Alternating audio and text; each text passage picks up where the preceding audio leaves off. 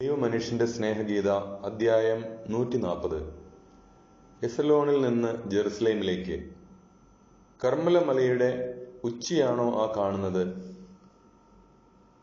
Cousin James ചോദിച്ചു. അതിന്റെ മുകളിൽ നിന്ന് നോക്കിയാൽ പ്രകൃതി എത്ര മനോഹരമായിരിക്കും. എന്റെ പരസ്യ പ്രേക്ഷിതത്വം ആരംഭിച്ച കാലത്ത് ഒരിക്കൽ ഒറ്റയ്ക്ക് ആ മല കയറി. എന്നാൽ ഇന്ന് നമുക്കെല്ലാവർക്കും കൂടി ആ മല കയറാം. ഈശോയെ, വളരെ നന്ദി. നീ എന്നെ ഇപ്പോഴും മനസ്സിലാക്കിയല്ലോ. അതുപോലെ നിന്നെ ഞാൻ പൂർണ്ണതയിലേക്ക് നയിക്കാനാണ് ജെയിംസേ. എന്തിന്? കാരണം സ്വർഗത്തിലാണ് പേരെഴുതപ്പെട്ടിരിക്കുന്നത്. സ്വർഗത്തിൽ എഴുതപ്പെട്ടിരിക്കുന്നത് വായിക്കാൻ അവിടുത്തേക്ക് കഴിയുമല്ലോ. എന്നോടത് പറയുകയില്ലേ? ഈശോ ജെയിംസിന്റെ തോളിൽ കൈവച്ച് ചേർത്ത് പിടിച്ച് ആലിംഗനം ചെയ്തുകൊണ്ട് ചോദിക്കുന്നു, നിനക്ക് യഥാർത്ഥത്തിൽ അറിയണമെന്ന് ആഗ്രഹമുണ്ടോ? കൊള്ളാം, ഒരു കടങ്കഥയുടെ രൂപത്തിൽ ഞാനത് പറയാം. അതിന്റെ ഉത്തരം നീ കണ്ടുപിടിച്ചാൽ നീ ജ്ഞാനിയായി. ശ്രദ്ധിച്ചു കേൾക്കൂ. കള്ളപ്രവാചകന്മാരെ എല്ലാം കർമ്മലമലയിൽ കൂട്ടിയ ശേഷം ഏലീശ അവരുടെ മുന്നിൽ ചെന്ന് നിന്ന് ചോദിച്ചു, എത്ര നാൾ നിങ്ങൾ ഇങ്ങനെ ഏന്തി നടക്കും? ആദ്യം ഒരു കാലിൽ, പിന്നെ മറ്റേ കാലിൽ. കർത്താവ് ദൈവമെങ്കിൽ അവനെ അനുഗമിക്കുക, ബാലാണ് ദൈവമെങ്കിൽ അവനെ അനുഗമിക്കുക. അവർ ഒന്നും മറുപടി പറഞ്ഞില്ല. ഏലിയ അപ്പോൾ പറഞ്ഞു, ഞാൻ മാത്രം കർത്താവേ, അങ്ങയുടെ കൂടെയുള്ളൂ. ഉത്തരമരുളണമേ. നീയാണ് കർത്താവായ ദൈവമെന്ന് ഈ ജനം അറിയേണ്ടതിന് നീ എനിക്ക് ഉത്തരമരുളണമേ. ഇവരുടെ ഹൃദയങ്ങളെ നീ വീണ്ടെടുക്കണമേ. അപ്പോൾ ദൈവത്തിന്റെ അഗ്നി വീണ് ദഹനബലിയെ മുഴുവൻ വിഴുങ്ങി. ഉത്തരം ഊഹിച്ചുകൊള്ളൂ. ജെയിംസ് ചിന്തിച്ച് തലയും താഴ്ത്തി നടന്നു. ഏതാനും മീറ്റർ ദൂരം നടന്നു കഴിഞ്ഞപ്പോൾ ജെയിംസ് ചോദിക്കുന്നു, ഇത് ഏലിയായെക്കുറിച്ചാണോ അതോ എന്റെ ഭാവിയെക്കുറിച്ചാണോ? നിന്റെ ഭാവിയെക്കുറിച്ച് തീർച്ചയായിട്ടും, ഈശോ പറഞ്ഞു. ജെയിംസ് വീണ്ടും ആലോചിച്ച ശേഷം താണസ്വരത്തിൽ പറയുന്നു, ആത്മാർത്ഥതയോടെ ഒരു മാർഗത്തിൽ വ്യാപരിപ്പാൻ ഇസ്രായേലിനോട് ആഹ്വാനം ചെയ്യാൻ ഞാനായിരിക്കുമോ നിയോഗിക്കപ്പെടുന്നത്? അതിന്റെ അർത്ഥം പീഡനങ്ങളും മർദ്ദനങ്ങളും മൂലം എല്ലാവരും ചിതറിക്കപ്പെടും, ഞാൻ മാത്രം അവശേഷിക്കുമെന്നാണോ? അപ്പോൾ ഈ ജനത്തിന്റെ മാനസാന്തരത്തിനായി നിന്നോട് ഞാൻ പ്രാർത്ഥിക്കും എന്നാണോ? ഞാൻ ഒരു പ്രധാന പുരോഹിതനെ പോലെ അങ്ങനെയാണോ? ഒരു ബലിവസ്തു ആയാൽ എന്ന പോലെയാണോ? അങ്ങനെയെങ്കിൽ ഇപ്പോൾ മുതൽ എന്നെ നീ കത്തി ജ്വലിപ്പിക്കണമേ. നീ ഇപ്പോൾ തന്നെ കത്തി ജ്വലിച്ചുകൊണ്ടിരിക്കുകയാണ്, ഈശോ പറഞ്ഞു. എന്നാൽ ഏലിയായ്ക്ക് സംഭവിച്ചതുപോലെ നീയും അഗ്നിയാൽ ആവാഹിക്കപ്പെടും. അതുകൊണ്ടാണ് നീയും ഞാനും തനിച്ച് സംസാരിക്കാനായി കർമ്മലമലയിലേക്ക് പോകുന്നത്. അതെപ്പോഴാണ്? പെസഹ കഴിഞ്ഞാണോ? അതെ, ഒരു പെസഹായ്ക്ക് ശേഷം. അന്ന് ഞാൻ നിന്നോട് വളരെ കാര്യങ്ങൾ പറയും. അവർ ഒരു കല്ലുപാലത്തിൽ കൂടി ഒരു ചെറു നദി കടന്ന് എൻഗാനിമിലേക്കുള്ള റോഡിലെത്തുന്നു. ബാലൻ ക്ഷീണിതനാണെന്ന് കണ്ട് പത്രോസ് അവനെ തോളിൽ കയറ്റിക്കൊണ്ട് നടക്കുന്നു. ഒരു ഗ്രാമത്തിലെത്തി അവർ വിശ്രമിക്കുകയും ഭക്ഷണം കഴിക്കുകയും ചെയ്യുന്നു. അവിടെ നല്ല തണുത്ത വെള്ളം ശക്തിയായിട്ട് ഒഴുകുന്നു. ഒരു ഉറവയിൽ പത്രോസ് പാത്രങ്ങളിലെല്ലാം അവർക്ക് ആവശ്യമുള്ള വെള്ളം നിറച്ച ശേഷം തന്റെ കാൽ കഴുകി തണുപ്പിക്കുന്നു. പിന്നെ ബാലന്റെ കാലും കഴുകി തണുപ്പിച്ചു കൊടുക്കുന്നു. അവന്റെ വള്ളി പൊട്ടിയ ചെരുപ്പുകൾ കാലിൽ വേദന വരുത്തിയത് കണ്ടു. നീ ഒട്ടും നടക്കേണ്ട, നിനക്ക് വേറെ ചെരുപ്പ് വാങ്ങിത്തരാം, അതുവരെ നിന്നെ ഞാൻ എടുത്തുകൊള്ളാം എന്ന് പറഞ്ഞ് ആശ്വസിപ്പിക്കുന്നു. ശിമയോൻ, ഈ നനഞ്ഞ തറയിലിരുന്ന് നീ എന്താണ് ചെയ്യുന്നത്? ഈശോ പുഞ്ചിരിയോടെ ചോദിക്കുന്നു, നനഞ്ഞോ? ഞാനിതിപ്പോഴാണ് അറിയുന്നത്. നിഷ്കളങ്കത എന്റെ ഹൃദയത്തിലേക്ക് പ്രവേശിച്ച് എന്നെ വീണ്ടും ഒരു ആട്ടിൻകുട്ടിയാക്കിയിരിക്കുകയാണ്. നമുക്ക് പോകാം. എന്നാൽ ഈ കുട്ടിയെ എന്നെ ഏൽപ്പിച്ചേക്കൂ. കുറെ കഴിഞ്ഞ് അവനെ ഞാൻ തിരിച്ചു തരാം. ശരി, വൃദ്ധനായ ഒരു പിതാവിനെ പോലെ നീ അവന്റെ രക്ഷാകർത്താവായിരിക്കും. അതുപോലെ സന്ധ്യയ്ക്ക് മുമ്പ് നമുക്ക് എൻഗാനീമിൽ എത്തണം. പട്ടണത്തിലെത്തിയ ഉടൻ പത്രോസ് ബാലനെയും കൂട്ടി പുതിയ ചെരുപ്പ് വാങ്ങാൻ പോകുന്നു. എല്ലാവരും രാത്രി താമസത്തിന് സ്ഥലം കണ്ടുപിടിക്കുന്നു. നേരം പുലർന്നപ്പോൾ യാത്ര തുടർന്നു. രാത്രി വിശ്രമിച്ചതിനാൽ എല്ലാവരും വളരെ വേഗത്തിലാണ് നടക്കുന്നത്. പുതിയ ചെരുപ്പ് കിട്ടിയതിനാൽ കുട്ടിക്ക് കാലിൽ വേദനയില്ല, വേഗം നടക്കുന്നു. അവൻ എല്ലാവരോടും കുറെ കൂടെ അടുപ്പമായി. എല്ലാവരോടും അവൻ സംസാരിച്ചു തുടങ്ങി. ജോണിനോട് അവൻ പറയുന്നു, അവന്റെ അപ്പന്റെ പേര് ജോൺ എന്നും അമ്മയുടെ പേര് മേരി എന്നും. അക്കാരണത്താൽ അവന് ജോണിനെ ഇഷ്ടമാണെന്നും. എന്നാലും അവൻ ദേവാലയത്തിലെത്തുമ്പോൾ അവർക്കെല്ലാവർക്കും വേണ്ടിയും കർത്താവായ ഈശോയ്ക്ക് വേണ്ടിയും പ്രാർത്ഥിക്കും എന്നും പറയുന്നു. അപ്പോസ്തലന്മാർ മിക്കവർക്കും മക്കളില്ല. അവർ ഓരോരുത്തരും എത്ര പൈതൃകമായ വാത്സല്യത്തോടെയാണ് ബാലനോട് പെരുമാറുന്നത്. എൻഡോറിൽ നിന്നുള്ള ആ മനുഷ്യന്റെ പോലും മുഖഭാവത്തിൽ വ്യത്യാസം വന്നിരിക്കുന്നു. അയാൾ വഴിയുടെ ദൈർഘ്യം കുറയ്ക്കാൻ ഓരോന്ന് കാണിച്ച് പറഞ്ഞുകൊണ്ട് അവയിലേക്ക് ശ്രദ്ധ തിരിക്കുകയാണ്. ആ പഴയ അധ്യാപകൻ ഈ ബാലൻ നിമിത്തം ഉന്മേഷം വീണ്ടെടുക്കുന്നു. പല കുന്നിൻ ചെരുവുകൾ കടന്ന് ഇടയ്ക്ക് വിശ്രമിച്ചും രാത്രി കഴിച്ചുകൂട്ടിയും 2 ദിവസം കൊണ്ട് ഷെഖേവിലെത്തി. പോഷക നദികൾ വന്നു ചേരുമ്പോൾ ഒരു നദി വലുതാകുന്നത് പോലെ ഷെഖേമിൽ നിന്ന് ജെറുസലേം വരെയുള്ള വഴി ആളുകളെ കൊണ്ട് നിറഞ്ഞിരിക്കുന്നു. തിക്കും തിരക്കും പൊടിശല്യവുമുള്ള റോഡ് വിട്ട് കുറുക്കു വഴിയെ പോകാനായി അവർ കുത്തനെയുള്ള ഒരു കുന്നു കയറിയപ്പോൾ അങ്ങ് അകലെയായി ഒരു പ്രകാശം കാണാം. ജാബാസ്, ഇങ്ങ് വരൂ, ഈശോ വിളിക്കുന്നു. അതാ സ്വർണം പോലെ തിളങ്ങുന്ന ഒരു കുടം അങ്ങ് ദൂരെ മുകളിൽ കണ്ടോ? അത് കർത്താവിന്റെ ഭവനമാണ്. അവിടെ വെച്ച് നിയമങ്ങൾ അനുസരിച്ചു കൊള്ളാമെന്ന് നീ ശപഥം ചെയ്യും. നിനക്ക് നിയമം അറിയാമോ? എന്റെ അമ്മ എന്നോട് പറഞ്ഞിട്ടുണ്ട്. അപ്പൻ ഉപദേശങ്ങൾ എന്നെ പഠിപ്പിച്ചു. എനിക്ക് വായിക്കാൻ കഴിയും. പിന്നെ അവർ മരിക്കുന്നതിന് മുമ്പ് പറഞ്ഞ കാര്യങ്ങൾ എനിക്കറിയാമെന്നാണ് തോന്നുന്നത്. പുഞ്ചിരി തൂക്കിക്കൊണ്ടുവന്ന കുട്ടി ഇപ്പോൾ തല താഴ്ത്തി നിന്ന് കരയുകയാണ്. അവന്റെ കൈ ഈശോയുടെ കയ്യിലിരുന്ന് വിറയ്ക്കുന്നു. നീ കരയാതെ. നമ്മൾ എവിടെയാണ് എന്ന് നിനക്കറിയാമോ?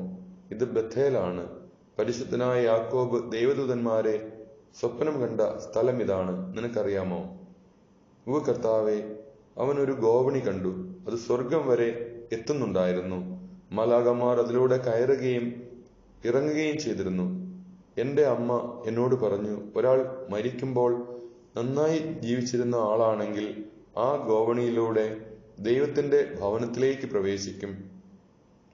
എന്റെ അമ്മ എനിക്ക് ഒത്തിരി കാര്യങ്ങൾ പറഞ്ഞു തരുമായിരുന്നു. അത് മാത്രമാണ് അമ്മയുടേതായി എനിക്കുള്ളത്. അവന്റെ കുഞ്ഞു മുഖത്ത് കണ്ണുനീർ കണങ്ങൾ വീണൊഴുകുന്നു. അങ്ങനെ കരയാതെ ജാബാസ്. എനിക്കും ഒരമ്മയുണ്ട്. അവൾ ധാരാളം കാര്യങ്ങൾ പറഞ്ഞു തരും. അവൾക്ക് ഒരു ഗുരുവിനേക്കാൾ ജ്ഞാനമുണ്ട്. ഒരു മാലാഖയേക്കാൾ ശാന്തതയും സൗന്ദര്യവും അവൾക്കുണ്ട്. നമ്മൾ അവളെ കാണാൻ പോവുകയാണ്. ജോണിന്റെ അമ്മയും അവളുടെ കൂടെയുണ്ട്. അവളുടെ പേരും മേരി എന്നാണ്. അവരും വളരെ നല്ലവളാണ്. എന്റെ സഹോദരൻ യൂദാസിന്റെ അമ്മയും മേരിയാണ്. അവളും അവിടെയുണ്ട്. അവളും തേൻ കേക്ക് പോലെ മാധുര്യമുള്ളവളാണ്. അവരെല്ലാം നിന്നെ വളരെയധികം സ്നേഹിക്കും. കാരണം നീ മിടുക്കനാണ്. നീ വലുതായി കഴിയുമ്പോൾ ഒരു പണ്ഡിതനെ പോലെ ഈശോയെക്കുറിച്ച് പ്രസംഗിക്കും. നീ മരിക്കുമ്പോൾ ആ നീണ്ട ഗോവണിയിലൂടെ കയറേണ്ടി വരികയില്ല. ആ കയറ്റമെല്ലാം നീ ജീവിച്ചിരിക്കുമ്പോൾ തന്നെ കയറും. നീ സ്വർഗത്തിന്റെ വാതിൽക്കലാണെന്ന് മനസ്സിലാക്കും. ഞാൻ വാതിൽക്കൽ ഉണ്ടായിരിക്കും. നിന്റെ മാതാപിതാക്കളും മാലാഖമാരെ പോലെ അവിടെ ഉണ്ടായിരിക്കും. ഈശോയുടെ പുഞ്ചിരിയും അത്ഭുതപ്പെടുത്തുന്ന കഥയും അവന്റെ കണ്ണുനീർ നീക്കി പുഞ്ചിരി നൽകുന്നു. കൊള്ളാം, നമുക്കിനി യാത്ര തുടരാം. നാളെ പാരിസ്കോവാണ്. അതിനാൽ അസ്തമയനത്തിന് ശേഷം കുറച്ചു ദൂരം മാത്രമേ നടക്കാൻ പാടുള്ളൂ. കാരണം സാബത്തും അതിന്റെ വിശ്രമവും ആരംഭിച്ചു കഴിഞ്ഞു. സാബത്ത് ദിവസം അത്യുന്നതനായ ദൈവത്തോട് പ്രാർത്ഥിക്കണം. അവന്റെ പേരെന്താണ് നിനക്കറിയാമോ? അഡോനായി. എന്നാൽ വിശുദ്ധന്മാർക്ക് അവന്റെ പേര് പറയാം. ജാബാസ് പറഞ്ഞു. നല്ല കുട്ടികൾക്കും പറയാം, ഈശോ പറഞ്ഞു. നിനക്കറിയാമോ? എങ്കിൽ പറയൂ ജാവേ. കുട്ടി വളരെ മൃദുവായും നീട്ടിയും പറയുന്നു. എന്റെ അമ്മ ദൈവം ആരാണെന്ന് എനിക്ക് മനസ്സിലാക്കി തന്നിരുന്നു. എന്നാലും എസ്ദ്രോണിലെ ഒരു മനുഷ്യൻ ദൈവത്തെക്കുറിച്ച് ഞങ്ങളോട് പറയുമായിരുന്നു. ആ ചെറിയ മനുഷ്യൻ ചെറുപുഞ്ചിരിയോടെ പറയും, ദൈവം നിത്യനായ അരൂപിയാണ്, ഒന്നും മൂന്നുമാണ്. അതിൽ രണ്ടാമത്തെ ആൾ നമുക്കായി മാംസം ധരിച്ചു. അവന്റെ പേര് ഓ എന്റെ കർത്താവെ, അതേക്കുറിച്ച് ഇപ്പോൾ ഞാൻ ചിന്തിക്കുന്ന സമയത്ത് അത് നീ തന്നെയാണ്. സ്തബ്ധനായി ബാലൻ നിലത്ത് സാഷ്ടാംഗം വീണ് ഈശോയെ ആരാധിക്കുന്നു. ബാലൻ വീണതാണെന്ന് കരുതി മറ്റുള്ളവരെല്ലാം ഓടിയെത്തുന്നു. ഈശോ ചൂണ്ടുവിരൽ വെച്ച് നിശബ്ദരായിരിക്കാൻ ആവശ്യപ്പെടുന്നു. എന്നിട്ട് പറയുന്നു, ജാബാസ്, എഴുന്നേൽക്കൂ. കുട്ടികൾ എന്നെ പേടിക്കേണ്ട. അവന്റെ മുഖഭാവം ആകെ വ്യത്യാസപ്പെട്ടിരിക്കുന്നു. ഈശോ പറയുന്നു, നീ ജ്ഞാനിയായ ഒരു ഇസ്രായേൽക്കാരനാണ്. നീ ഇപ്പോൾ എന്നെ തിരിച്ചറിഞ്ഞിരിക്കുന്ന സ്ഥിതിക്ക് ഒന്ന് ചോദിക്കട്ടെ, വിശുദ്ധ ഗ്രന്ഥം എന്റെ കാര്യം പറയുന്നുണ്ടോ? ഓ തീർച്ചയായും കർത്താവെ, ആരംഭം മുതൽ ഇന്ന് വരെയുള്ള കാര്യങ്ങളെല്ലാം നിന്നെക്കുറിച്ചാണ് പറഞ്ഞിരിക്കുന്നത്. വാഗ്ദാനം ചെയ്യപ്പെട്ട രക്ഷകൻ നീയാണ്. ഓ കർത്താവെ, എന്നെ നീ അധികമായി സ്നേഹിക്കുന്നുണ്ടോ? ഉണ്ട് ജാബാസ്. ഞാൻ ജാബാസ് അല്ല. എനിക്ക് പുതിയ ഒരു പേര് തരണം. എന്നെ നീ സ്നേഹിച്ചെന്നും രക്ഷിച്ചെന്നും അർത്ഥമുള്ള പേര്. അമ്മയുടെ അടുത്ത് ചെന്നിട്ട് അമ്മയുടെ കൂടെ കൂടി നിനക്കൊരു പേര് തരാം. ഈശോ പറഞ്ഞു. അവർ ബെത്തേൽ കടന്ന് ബീറോത്ത് വഴി ജെറുസലേമിലേക്ക് യാത്ര തുടർന്നു. ദേവാലയം കണ്ടു തുടങ്ങി. അപ്പസ്തോല സംഘം സ്വയം ശുചിയാക്കുകയാണ്. തെളിഞ്ഞ വെള്ളമുള്ള തോട്ടിൽ സ്വയം വൃത്തിയാക്കുകയും മുടി കോന്തി ശരിപ്പെടുത്തുകയും പുറങ്കുപ്പായം ധരിക്കുകയും ചെയ്യുന്നു. ജെറുസലേമിലേക്കുള്ള പ്രവേശനം ഒരു പ്രധാന കാര്യമായിരിക്കണം. ഓരോ സംഘവും ദാവീദിന്റെ സങ്കീർത്തനങ്ങൾ പാടിക്കൊണ്ട് പുരോഹിതരെ പോലെയാണ് പോകുന്നത്. അപ്പസ്തോല സംഘവും ഈശോയും പത്രോസും മുന്നിൽ, അവരുടെ മധ്യേ ബാലൻ, പിന്നെ 2-3 പേരായി നിരയായി പോകുന്നു. ഈശോയാണ് സങ്കീർത്തനങ്ങൾ തുടങ്ങിക്കൊടുക്കുന്നത്. ആദ്യത്തെ പ്രാർത്ഥനയ്ക്കായി അവർ നേരെ ദേവാലയത്തിലേക്ക് പോകുന്നു. പിന്നെ ഗെത്സമേനിയിൽ അവർ വിശ്രമിക്കാറുള്ള ഭവനത്തിലെത്തി ഭക്ഷണം കഴിച്ച് വിശ്രമിക്കുന്നു. ദൈവമനുഷ്യന്റെ സ്നേഹഗീത, അധ്യായം 141. കാഴ്ചവെപ്പിന്റെ സമയത്ത് ദേവാലയത്തിൽ ജാബാസിന്റെ കൈ പിടിച്ചുകൊണ്ട് അവന്റെ പിതാവിന്റെ സ്ഥാനത്ത് ദേവാലയാങ്കണത്തിലേക്ക് പ്രവേശിക്കുന്ന പത്രോസ് എത്ര മഹിമയോടെയാണ് നടക്കുന്നത്. മറ്റുള്ളവരെല്ലാം പിൻപയുണ്ട്. ദേവാലയത്തിലേക്ക് കയറാൻ ലജ്ജ കാണിക്കുന്ന ഇൻഡോറിലെ ജോണിനോട് സംസാരിക്കുകയാണ് ഈശോ. പത്രോസ് വളർത്തുപുത്രനോട് ചോദിക്കുന്നു, നീ ഇതിനു മുമ്പ് ഇവിടെ വന്നിട്ടുണ്ടോ? ഞാൻ ജനിച്ചപ്പോൾ എന്നെ ഇവിടെ കൊണ്ടുവന്നു, എന്നാൽ ഞാൻ ഓർക്കുന്നില്ലപ്പാ. അത് കേട്ട് പത്രോസും മറ്റുള്ളവരും ചിരിക്കുന്നു. അവർ പറയുന്നു, ഞങ്ങളും നിന്നെ പോലെ തന്നെയാണ്. ഞങ്ങൾ ജനിച്ചപ്പോൾ വന്ന കാര്യം ഞങ്ങളും ഓർക്കുന്നില്ല. ഇതേ ചോദ്യം തന്നെ ഈശോ എൻഡോറിലെ ജോണിനോടും ചോദിക്കുന്നു. ഞാൻ ജനിച്ച് കാഴ്ചവെപ്പിൽ അമ്മ എന്നെ ദേവാലയത്തിൽ കൊണ്ടുവന്നു. പക്ഷെ അവൾക്ക് നടക്കാൻ ആരോഗ്യം ലഭിച്ചതിന് മുമ്പായിരിക്കാം അവൾ നടന്നത്. അതേ തുടർന്ന് അവൾ രോഗിണിയായി. അതിൽ നിന്ന് രക്ഷ പ്രാപിച്ചില്ല. എന്റെ അപ്പൻ എന്നോട് പറയുമായിരുന്നു, നിന്നെ ദേവാലയത്തിൽ കാഴ്ചവെച്ച സന്തോഷത്തോടെയാണ് അവൾ മരിച്ചത്. പാവം അമ്മ.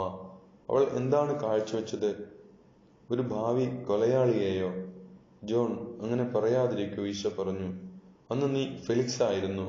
ഇന്നാകട്ടെ ജോൺ. ദൈവം നിനക്ക് നൽകിയ വലിയ കൃപയെ ഓർക്കണം. കഴിഞ്ഞുപോയ അധപതനത്തിന്റെ കഥയെല്ലാം മറന്നു കളയുക. പുത്രനായ എന്റെ കരങ്ങളിലാണ് നീ ഇപ്പോൾ ആനയിക്കപ്പെട്ട് തിരികെ വരുന്നത്. ഞാൻ നിന്നെ ബലിപീഠത്തിലേക്ക് നയിക്കുന്നെങ്കിൽ അതിന്റെ അർത്ഥം എല്ലാം ക്ഷമിക്കപ്പെട്ടു എന്നെനിക്കറിയാമെന്നാണ്. ജോൺ തേങ്ങിക്കൊണ്ട് പറയുന്നു, ദൈവമേ, അങ്ങേക്ക് നന്ദി. അതേസമയം പത്രോസ് ദേവാലയത്തിലെ കാഴ്ചകൾ ജാബാസിനെ കാണിച്ചുകൊണ്ട് നടക്കുന്നു. അവർ തങ്ങളുടെ കാഴ്ചകൾ അർപ്പിക്കുന്നതിന് ഭണ്ഡാരത്തിന്റെ അടുത്തെത്തിയപ്പോൾ അരിമത്തിയാക്കാരൻ ജോസഫിനെ കാണുന്നു.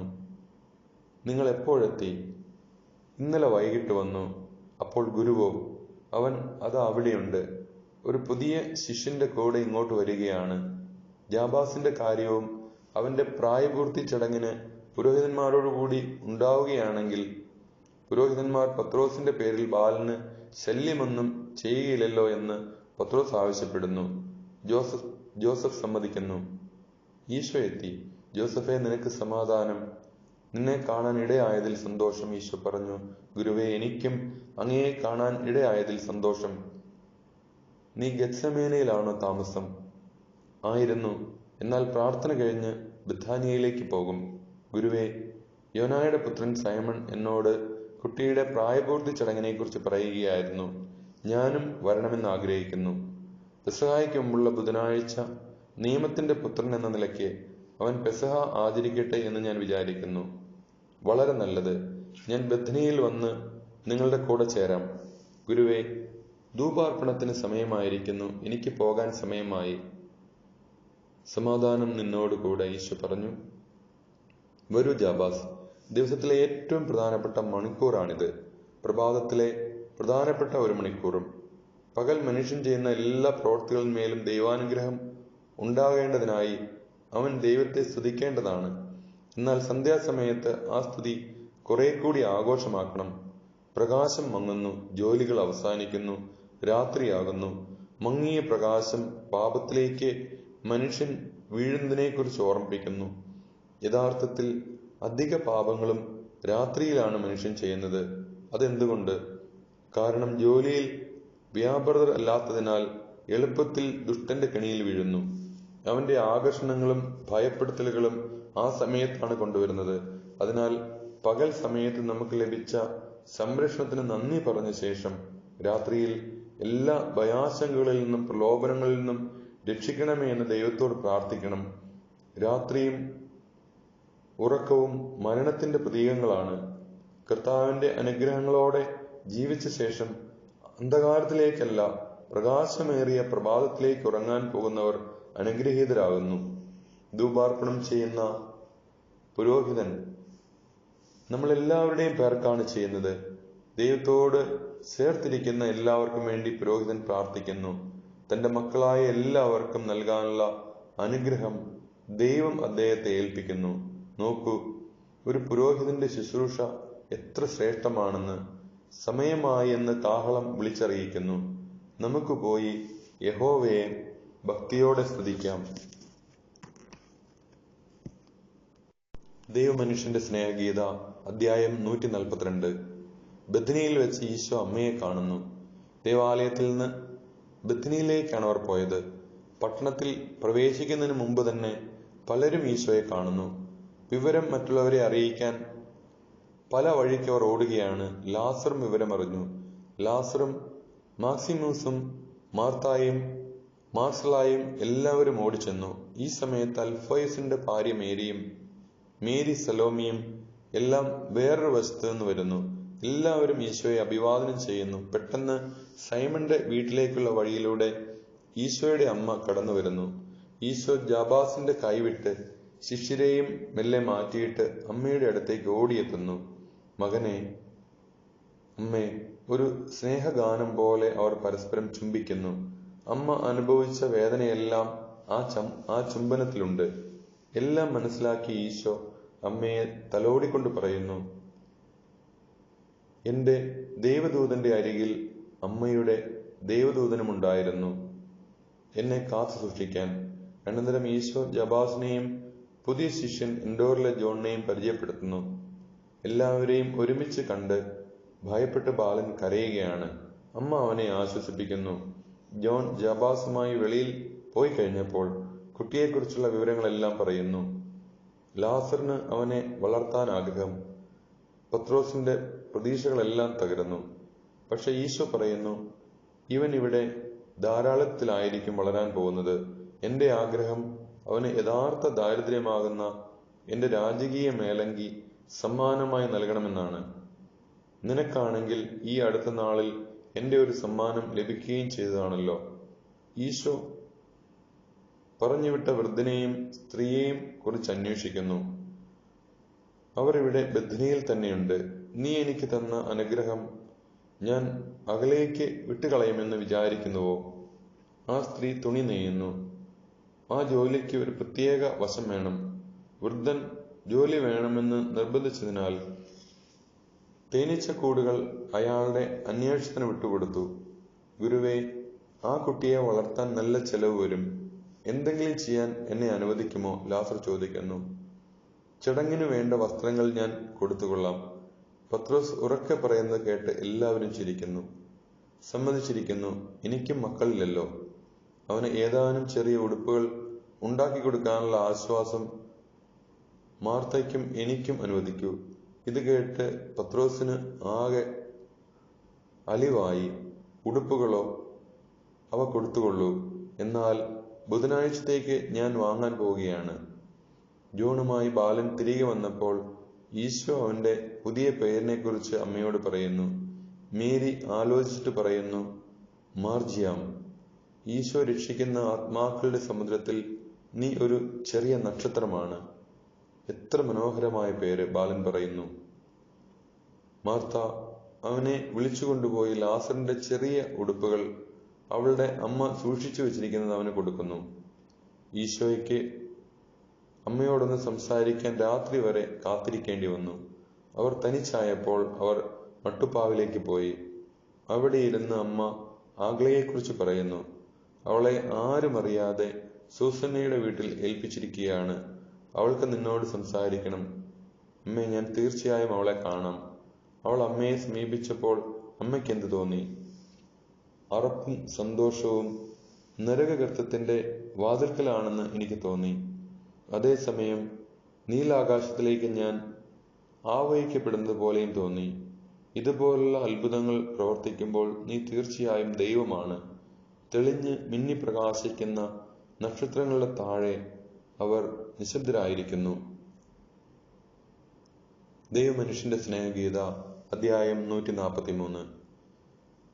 ഷീലോമിലും ബെനീനോമിലുമുള്ള കുഷ്ഠരോഗികളുടെ പക്കലേക്ക് ഈശോ പോകുന്നു.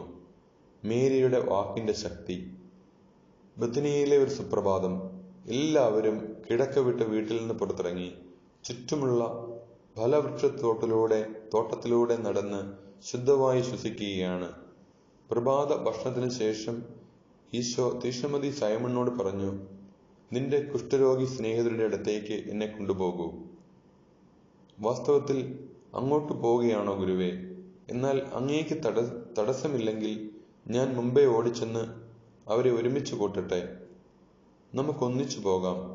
കുട്ടിക്ക് ആവശ്യമായ വസ്ത്രമെല്ലാം ലാസർ കൊടുത്തു. എന്നാലും പോകണമെന്ന് നിർബന്ധമാണെങ്കിൽ സൈമൺ ബാലനെയും കൂട്ടി അമ്മയോടുകൂടെ പോയിക്കൊള്ളൂ. തീർച്ചയായും പോകണം.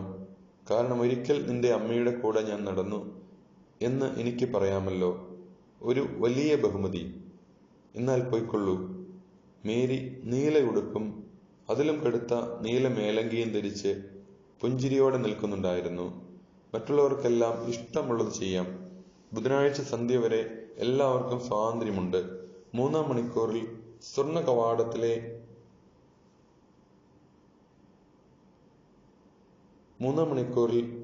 കവാടത്തിൽ എത്തിയേക്കണം. ശിഷ്യർ പലരും ഈശോയുടെ കൂടെ പോകുന്നു. കൊറിയോത്തുകാരൻ യൂദ പറയുന്നു, നീ അനുവദിക്കുമെങ്കിൽ എനിക്ക് ചില സ്നേഹിതരെ കാണാൻ പോയാൽ കൊള്ളാം. ഈശോ പറഞ്ഞു, പൊയ്ക്കൊള്ളുക. തോമസ് പിതാവിനെ കാണാൻ പോകുന്നു. ഫിലിപ്പും ബർത്തലോമിയായും സാമുവലിനെ കാണാൻ പോകുന്നു. ബാക്കിയുള്ളവരെല്ലാം ചേർന്ന് പട്ടണത്തിന് പുറം തിരിഞ്ഞ് എല്ലാവരാലും ഉപേക്ഷിക്കപ്പെട്ട ഒരു സ്ഥലത്തേക്ക് നടക്കുന്നു. ജെറീക്കോയിൽ നിന്ന് ജെറുസലേമിലേക്കുള്ള 2 റോഡുകളുടെ ഇടയ്ക്ക് പാറക്കൂട്ടങ്ങൾ നിറഞ്ഞ ഒരു ചെരുവിലേക്കാണ് പോകുന്നത്. തീഷ്ണമതിയായ സൈമൺ വിളിച്ചു പറയുന്നു, ഗുരുവേ, ഞാൻ ഇവിടെയുണ്ട്. നമ്മൾ സ്ഥലത്തെത്തി. സീലോമിലെ ശവകുടീരങ്ങൾക്കിടയിലാണ് ഞാൻ ജീവിച്ചിരുന്നത്. എന്റെ സ്നേഹിതർ ഇപ്പോഴും ഇവിടെയുണ്ട്. ചിലർ ബെൻഹിന്നോമിലേക്ക് പോയി. അതിനാൽ അവർക്ക് വരാൻ സാധിക്കുകയില്ല. വരണമെങ്കിൽ റോഡ് കുറുകെ കിടക്കണം. അപ്പോൾ അത് കണ്ടുപിടിക്കപ്പെടും. നമുക്ക് അങ്ങോട്ട് പോകാം. അങ്ങേക്ക് നന്ദി. അവരുടെ പേർക്കും നന്ദി. വളരെ പേരുണ്ടോ? ഈശോ ചോദിച്ചു. ശൈത്യകാലം മിക്കവരെയും കൊന്നു. ഇവിടെ 5 പേരോട് നിന്റെ കാര്യം പറഞ്ഞു. അതാ അവർ അവരുടെ കാരാഗ്രഹത്തിന്റെ അതിർത്തിയിൽ നിന്നെ കാത്തു നിൽക്കുന്നു. എഴുന്നേറ്റ് നിൽക്കുന്ന 5 പേരും കരിങ്കൽ മറയ്ക്കുള്ളിൽ നിൽക്കുന്നവർ 5-ൽ കൂടുതലും പേരുണ്ട്. കൂട്ടത്തിൽ ഒരു സ്ത്രീ മാത്രമേ ഉള്ളൂ. വെളുത്ത് ചിന്നി അവരവരെ താണുകിടക്കുന്ന മുടി കൊണ്ട് മാത്രമാണ് അത് സ്ത്രീയാണെന്ന് മനസ്സിലാക്കുക. രോഗം അവളുടെ ശരീരത്തെ കാർന്നു തിന്ന് അസ്ഥി മാത്രമായിരിക്കുകയാണ്. പുരുഷന്മാരിൽ മീശയുടെ ലക്ഷണമുള്ള ഒരുത്തൻ മാത്രമേ ഉള്ളൂ. മറ്റുള്ളവരെല്ലാം ആകെ വിരൂപമാണ്. അവർ വിളിച്ചു പറയുന്നു, ഈശോയെ, ഞങ്ങളുടെ രക്ഷക, ഞങ്ങളിൽ കനിയണമേ.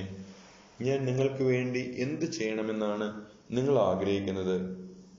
നീ ഞങ്ങളെ പാപത്തിൽ നിന്നും ഈ രോഗത്തിൽ നിന്നും രക്ഷിക്കണമേ എന്നാണ് ഞങ്ങൾ ആഗ്രഹിക്കുന്നത്. നിങ്ങളുടെ അനുതാപവും ആഗ്രഹവും പാപത്തിൽ നിന്ന് രക്ഷിക്കും. എന്നാൽ നീ വിചാരിച്ചാൽ ഞങ്ങളുടെ പാപങ്ങൾ നീക്കി കളയുവാൻ കഴിയും. ഞങ്ങളുടെ ശരീരത്തിന് സൗഖ്യം നൽകാൻ നീ ആഗ്രഹിക്കുന്നില്ലെങ്കിൽ ഞങ്ങളുടെ പാപങ്ങളെങ്കിലും നീക്കി കളയണമേ. ഏതെങ്കിലും ഒന്ന് തിരഞ്ഞെടുക്കുവാൻ ഞാൻ ആവശ്യപ്പെട്ടാൽ നിങ്ങൾ ഏതാണ് തിരഞ്ഞെടുക്കുക? ദൈവത്തിൽ നിന്ന് പാപമോചനം. ഗുരുവേ, ഞങ്ങളുടെ സമാധാന കേട് കുറയുമല്ലോ. നന്നായി പുഞ്ചിരി തൂവിക്കൊണ്ട് കരങ്ങൾ ഉയർത്തി ഈശോ ഉച്ചത്തിൽ പറയുന്നു, അവരുടെ ആഗ്രഹം സാധിക്കട്ടെ. ഞാനത് ആവശ്യപ്പെടുന്നു. ആഗ്രഹം സാധിക്കട്ടെ.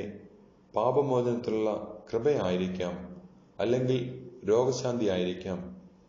ദുഃഖത്തിന്റെ ആ മനുഷ്യർക്ക് ഒരു പിടിയുമില്ല. എന്നാൽ അപ്പൊസ്തലന്മാർക്ക് സംശയമൊന്നുമില്ല. അവർ ഹോസന്ന എന്നാർത്ത് വിളിക്കുകയാണ്. അവർ ഹോസാന എന്നാർത്ത് വിളിക്കുകയാണ്. കാരണം തീയുടെ മേൽ വീഴുന്ന തരിമണ്ണെന്ന പോലെ അത്ര വേഗത്തിൽ അവരുടെ കുഷ്ഠം അപ്രത്യക്ഷമാകുന്നു. അപ്പോൾ 5 പേർക്കും മനസ്സിലായി. വിജയാരവം പോലുള്ള അവരുടെ ശബ്ദം ആ പ്രദേശമെല്ലാം മാറ്റിക്കൊണ്ടു. അവർ പരസ്പരം ആലിംഗനം ചെയ്യുകയും ഈശോയ്ക്ക് ചുംബനം എറിഞ്ഞുകൊടുക്കുകയും ചെയ്യുന്നു. അനന്തരം അവരുടെ കൂടെയുള്ളവരോട് പറയുന്നു, ഇനിയും നിങ്ങൾക്ക് വിശ്വാസമില്ലേ? എത്ര നികൃഷ്ടരും നിന്ദിരുമാണ് നിങ്ങൾ. ഈശോ പറഞ്ഞു, നല്ലവരായിരിക്കൂ. നിങ്ങളുടെ സഹോദരങ്ങൾ പാവങ്ങൾ. ചിന്തിക്കാൻ അവർക്ക് സമയം വേണം. വിശ്വാസം നിർബന്ധിച്ച് ഏൽപ്പിക്കുന്ന ഒന്നല്ല. സമാധാനത്തോടും കരുണ, ക്ഷമ, സ്ഥിരത എന്നിവയോടും കൂടെയാണ് വിശ്വാസം പ്രസംഗിക്കപ്പെടേണ്ടത്. നിങ്ങളുടെ ശുദ്ധീകരണം കഴിയുമ്പോൾ അതാണ് നിങ്ങൾ ചെയ്യേണ്ടത്. സുഖം പ്രാപിച്ചവർ വേഗം പുരോഹിതന്റെ പക്കലേക്ക് പോകൂ. രോഗമുള്ളവർ ഞങ്ങളെ കാത്തിരിക്കൂ. കുറച്ച് ഭക്ഷണം ഞങ്ങൾ കൊണ്ടുവരാം. ആളുകൾ സന്തോഷാരവം മുഴക്കുന്നു. ഈശോ മലയിൽ നിന്ന് ഇറങ്ങുകയാണ്. ഇനി നമുക്ക് ബെൻഹിന്നോമിലേക്ക് പോകാം. ലാസർ തിരിച്ചു പോകുന്നു. ജോൺ ലാസറിനെ സഹായിക്കാൻ കൂടെ പോകുന്നു. അവിടെ എത്തിയ സൈമൺ ഉച്ചത്തിൽ കൂവി വിളിക്കുന്നു. 6-7 പേർ അവരുടെ സർവ്വ കഴിവും ഉപയോഗിച്ച് നീങ്ങി അനുവദിച്ചുള്ള സ്ഥലത്ത് വന്നു നിൽക്കുന്നു. 2 സ്ത്രീകളുമുണ്ട്. ഒരുവൾ ഒരു ബാലനെ കയ്യിൽ പിടിച്ചിരിക്കുന്നു. അവന്റെ മുഖം കുറെ അഴുകിപ്പോയി. അവന് കാഴ്ച നഷ്ടപ്പെട്ടിരിക്കുകയാണ്. രോഗിയെങ്കിലും മാന്യത തോന്നിക്കുന്ന ഒരാൾ അവരുടെ കൂടെയുണ്ട്. എല്ലാവർക്കും വേണ്ടി അയാൾ സംസാരിക്കുന്നു. കർത്താവ് മിശിഹ അനുഗ്രഹീതനാകട്ടെ. ഞങ്ങളുടെ നരകത്തിലേക്ക് വന്നവൻ അനുഗ്രഹീതനാകട്ടെ. തന്നിൽ പ്രത്യാശ വയ്ക്കുന്നവരെ അതിൽ നിന്ന് മോചിപ്പിക്കുന്നവൻ അനുഗ്രഹീതനാകട്ടെ. രക്ഷക, ഞങ്ങളെ രക്ഷിക്കണമേ. അയാൾ നിർത്താതെ കർത്താവിനെ സ്തുതിച്ചുകൊണ്ടേയിരുന്നു. നീ ആരാണ്? ജോൺ, ദേവാലയത്തിലെ ഒരാൾ. എനിക്ക് ഒരു കുഷ്ഠരോഗിയിൽ നിന്ന് പകർന്നതായിരിക്കണം. എനിക്ക് രോഗം പിടിപെട്ടിട്ട് അധികമായിട്ടില്ല. എന്നാൽ ഇവർ മരണം പ്രതീക്ഷിച്ചു കഴിയുന്നു. ഈ പെൺകുട്ടി നടക്കാൻ പ്രായമാകുന്നതിന് മുമ്പ് ഇവിടെ വന്നതാണ്. അവൾക്കാകെ അറിയാവുന്നത് ഈ ശവകുടീരങ്ങളാണ്. കുറ്റം ചെയ്തിട്ടുള്ളവരുടെ മേലും നിർദോഷികളായവരുടെ മേലും കരുണയായിരിക്കണമേ.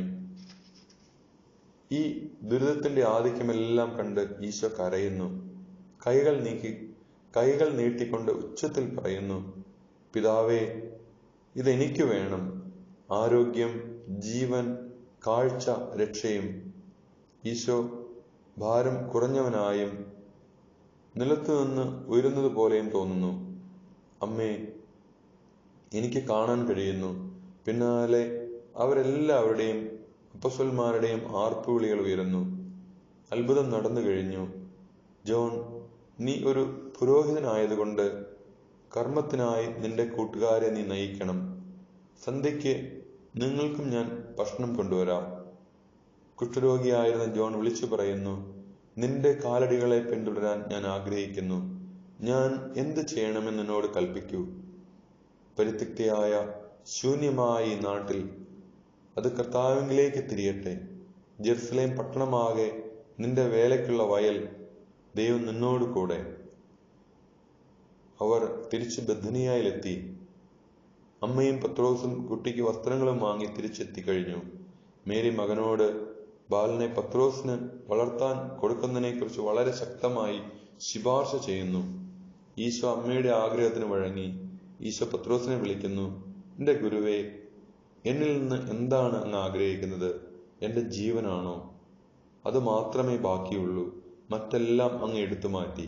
എന്നാൽ അങ്ങ് ആവശ്യപ്പെട്ടാൽ അതും ഞാൻ തരും. നിന്നിൽ നിന്ന് ഒന്നും ഞാൻ എടുക്കാൻ ആഗ്രഹിക്കുന്നില്ല, നിനക്ക് തരാനാണ് ആഗ്രഹിക്കുന്നത്. അമ്മയുടെ വാക്കാകുന്ന ആയുധം കൊണ്ട് നീ ഗുരുവിനെ തോൽപ്പിച്ചിരിക്കുന്നു. കുട്ടിയെ നിനക്ക് സ്വന്തമാക്കാം. എന്നാൽ ഈശോയ്ക്ക് തുടർന്നൊന്നും പറയാൻ പറ്റുന്നില്ല. കാരണം മുട്ടുകുത്തി നിന്ന പത്രോസ് ചാടി എഴുന്നേറ്റ് ഗുരുവിനെ തിരുതിരെ ചുംബിക്കുന്നു. അവന്റെ സന്തോഷാധിക്യം ഈശോയുടെ വാക്കു മുട്ടിച്ചു കളഞ്ഞു. അവൾക്ക് നന്ദി പറയൂ, എനിക്കല്ല. എന്നാൽ ഇക്കാര്യം നിനക്കൊരു തടസ്സമാവരുത്. എന്റെ കർത്താവിന്റെ ദാസനെക്കുറിച്ച് നിനക്ക് ദുഃഖിക്കേണ്ടി വരികയില്ല. വീണ്ടും മുട്ടിന്മേൽ നിൽക്കുന്ന പത്രോസ് മേരിയുടെ കരം ചുംബിക്കുകയും കരയുകയും ചെയ്യുന്നു. ദൈവമനുഷ്യന്റെ സ്നേഹഗീത, അധ്യായം 144. ആഗ്ലേ ഗുരുവിനെ കണ്ടുമുട്ടുന്നു. ഈശോ തീക്ഷ്ണമതിയായ സൈമന്റെ വീട്ടിലെ ടെറസിൽ തനിയെ ഇരുന്ന് ധ്യാനിക്കുകയാണ്. മേരി വിളിച്ചപ്പോൾ മാത്രമാണ് ഈശോ തല ഉയർത്തി നോക്കുന്നത്. മകനെ, സൂസന്നയും കുടുംബവും ആഗ്ലയെ ഇങ്ങോട്ട് കൊണ്ടുവന്നിരിക്കുന്നു. നമ്മൾ മാത്രമായിരിക്കുമ്പോൾ അവളോട് സംസാരിക്കാൻ ആഗ്രഹിക്കുന്നോ? ഓ അമ്മേ, ഇപ്പോൾ തന്നെ. മറ്റുള്ളവർ തിരിച്ചു വരുന്നതിന് മുമ്പ് ഈശോ പറഞ്ഞു. മേരി പുറത്തേക്ക് പോയി ആഗ്ലയുടെ കൈക്ക് പിടിച്ച് അവളെ കൂട്ടിക്കൊണ്ടുവരുന്നു. ഒരു യഹൂദ സ്ത്രീയെ പോലെയാണ് അവർ വസ്ത്രധാരണം ചെയ്തിരിക്കുന്നത്. വാതിൽക്കൽ തന്നെ മുട്ടുകുത്താൻ ഒരുങ്ങുന്നു. എന്നാൽ മേരി സമ്മതിക്കുന്നില്ല. ഈശോയുടെ അടുത്തേക്ക് കൊണ്ടുവരുന്നു. എന്നിട്ട് ഗോണിപ്പടിയുടെ വാതിൽക്കൽ നിൽക്കുന്നു. ആഗ്ലേ വഹിച്ചിരുന്ന ഒരു ചെറിയ സഞ്ചി നിലത്ത് വെച്ച ശേഷം ഈശോയുടെ പാദത്തങ്കൽ മുട്ടുകുത്തി പൊട്ടിക്കരയുന്നു. ഇങ്ങനെ കരയാതിരിക്കൂ. ഇത് കണ്ണീരിനുള്ള സമയമല്ല. ദൈവത്തിന് നിന്നോട് വെറുപ്പുണ്ടായിരുന്ന സമയത്തായിരുന്നു കരയേണ്ടത്. എന്നാൽ ഇപ്പോൾ നീ ദൈവത്തെ സ്നേഹിക്കുന്നു, ദൈവവും നിന്നെ സ്നേഹിക്കുന്നു. കരച്ചിലിനിടയ്ക്ക് ആഗ്ലേ പറയുന്നു, എനിക്കുള്ള കഴിവനുസരിച്ച് ഞാൻ ദൈവത്തെ സ്നേഹിക്കുന്നു. ദൈവം എന്നെ സ്നേഹിക്കുന്നുണ്ടെന്ന് പ്രതീക്ഷിക്കാൻ ഒട്ടും പറ്റുന്നില്ല. അത്രയധികം പാപം ഞാൻ ചെയ്തു. ആഗ്ലേ, കർത്താവായ ദൈവത്തെക്കുറിച്ച് നിനക്ക് അറിവ് എത്ര പരിമിതമാണ്. ഒരു സൃഷ്ടിയുടെ ആഗ്രഹത്തിന് പ്രതികരിക്കാൻ അവന് കഴിയുകയില്ല. കാരണം കർത്താവ് സൃഷ്ടാവുമായ അവിടുന്നാണ് ഈ ആഗ്രഹം ഹൃദയത്തിൽ അങ്കുരിപ്പിക്കുന്നത്. എന്നാൽ എൻ്റെ അഴുക്കിനെ ദൈവത്തിന് എങ്ങനെ സ്നേഹിക്കാൻ കഴിയും? ആഗ്ലേ ചോദിക്കുന്നു. നിന്റെ ബുദ്ധി കൊണ്ട് മനസ്സിലാക്കാൻ ശ്രമിക്കാതിരിക്കൂ. അവൻ കാരുണ്യത്തിന്റെ അഗാധതയാണ്. ആത്മാവും ദൈവവുമായുള്ള ആ ബന്ധത്തെയും ചേതനയുടെ സ്നേഹം മനസ്സിലാക്കുന്നു. പ്രവേശിക്കൂ, ഞാൻ പറയുന്നു, പ്രവേശിക്കൂ. ആ സ്നേഹത്തിലേക്ക് പ്രവേശിക്കൂ. ഓ എന്റെ രക്ഷക, അപ്പോൾ എന്നോട് ശരിക്കും എല്ലാം പുറത്തു കഴിഞ്ഞോ? നിന്നോട് ഞാൻ എപ്പോഴെങ്കിലും കള്ളം പറഞ്ഞിട്ടുണ്ടോ? ഒരിക്കലുമില്ല കർത്താവേ. ഹെബ്രോണിൽ വെച്ച് എന്നോട് പറഞ്ഞതെല്ലാം അപ്രകാരം സംഭവിച്ചു. നീ എന്നെ രക്ഷിച്ചു, ഞാൻ വിശ്വസിക്കുന്നു. എന്നാലും നിന്നോട് ഞാൻ ക്ഷമിക്കുന്നു എന്നൊന്ന് പറയണമേ. ദൈവത്തിന്റെ നാമത്തിലും ഈശോയുടെ നാമത്തിലും നിന്നോട് ഞാൻ ക്ഷമിക്കുന്നു. ഈശോ പറഞ്ഞു, നിനക്ക് നന്ദി. എന്നാൽ ഞാൻ ഇനി എന്താണ് ചെയ്യേണ്ടത്? എന്റെ രക്ഷകനെ, നിത്യജീവൻ തേടുന്നതിന് ഞാൻ എന്ത് ചെയ്യണം? അതിലൂടെ ഞാൻ നടന്നുകൊള്ളാം. ഒന്നുമില്ലാത്ത അവസ്ഥയിലും എനിക്ക് വിഷമമില്ല.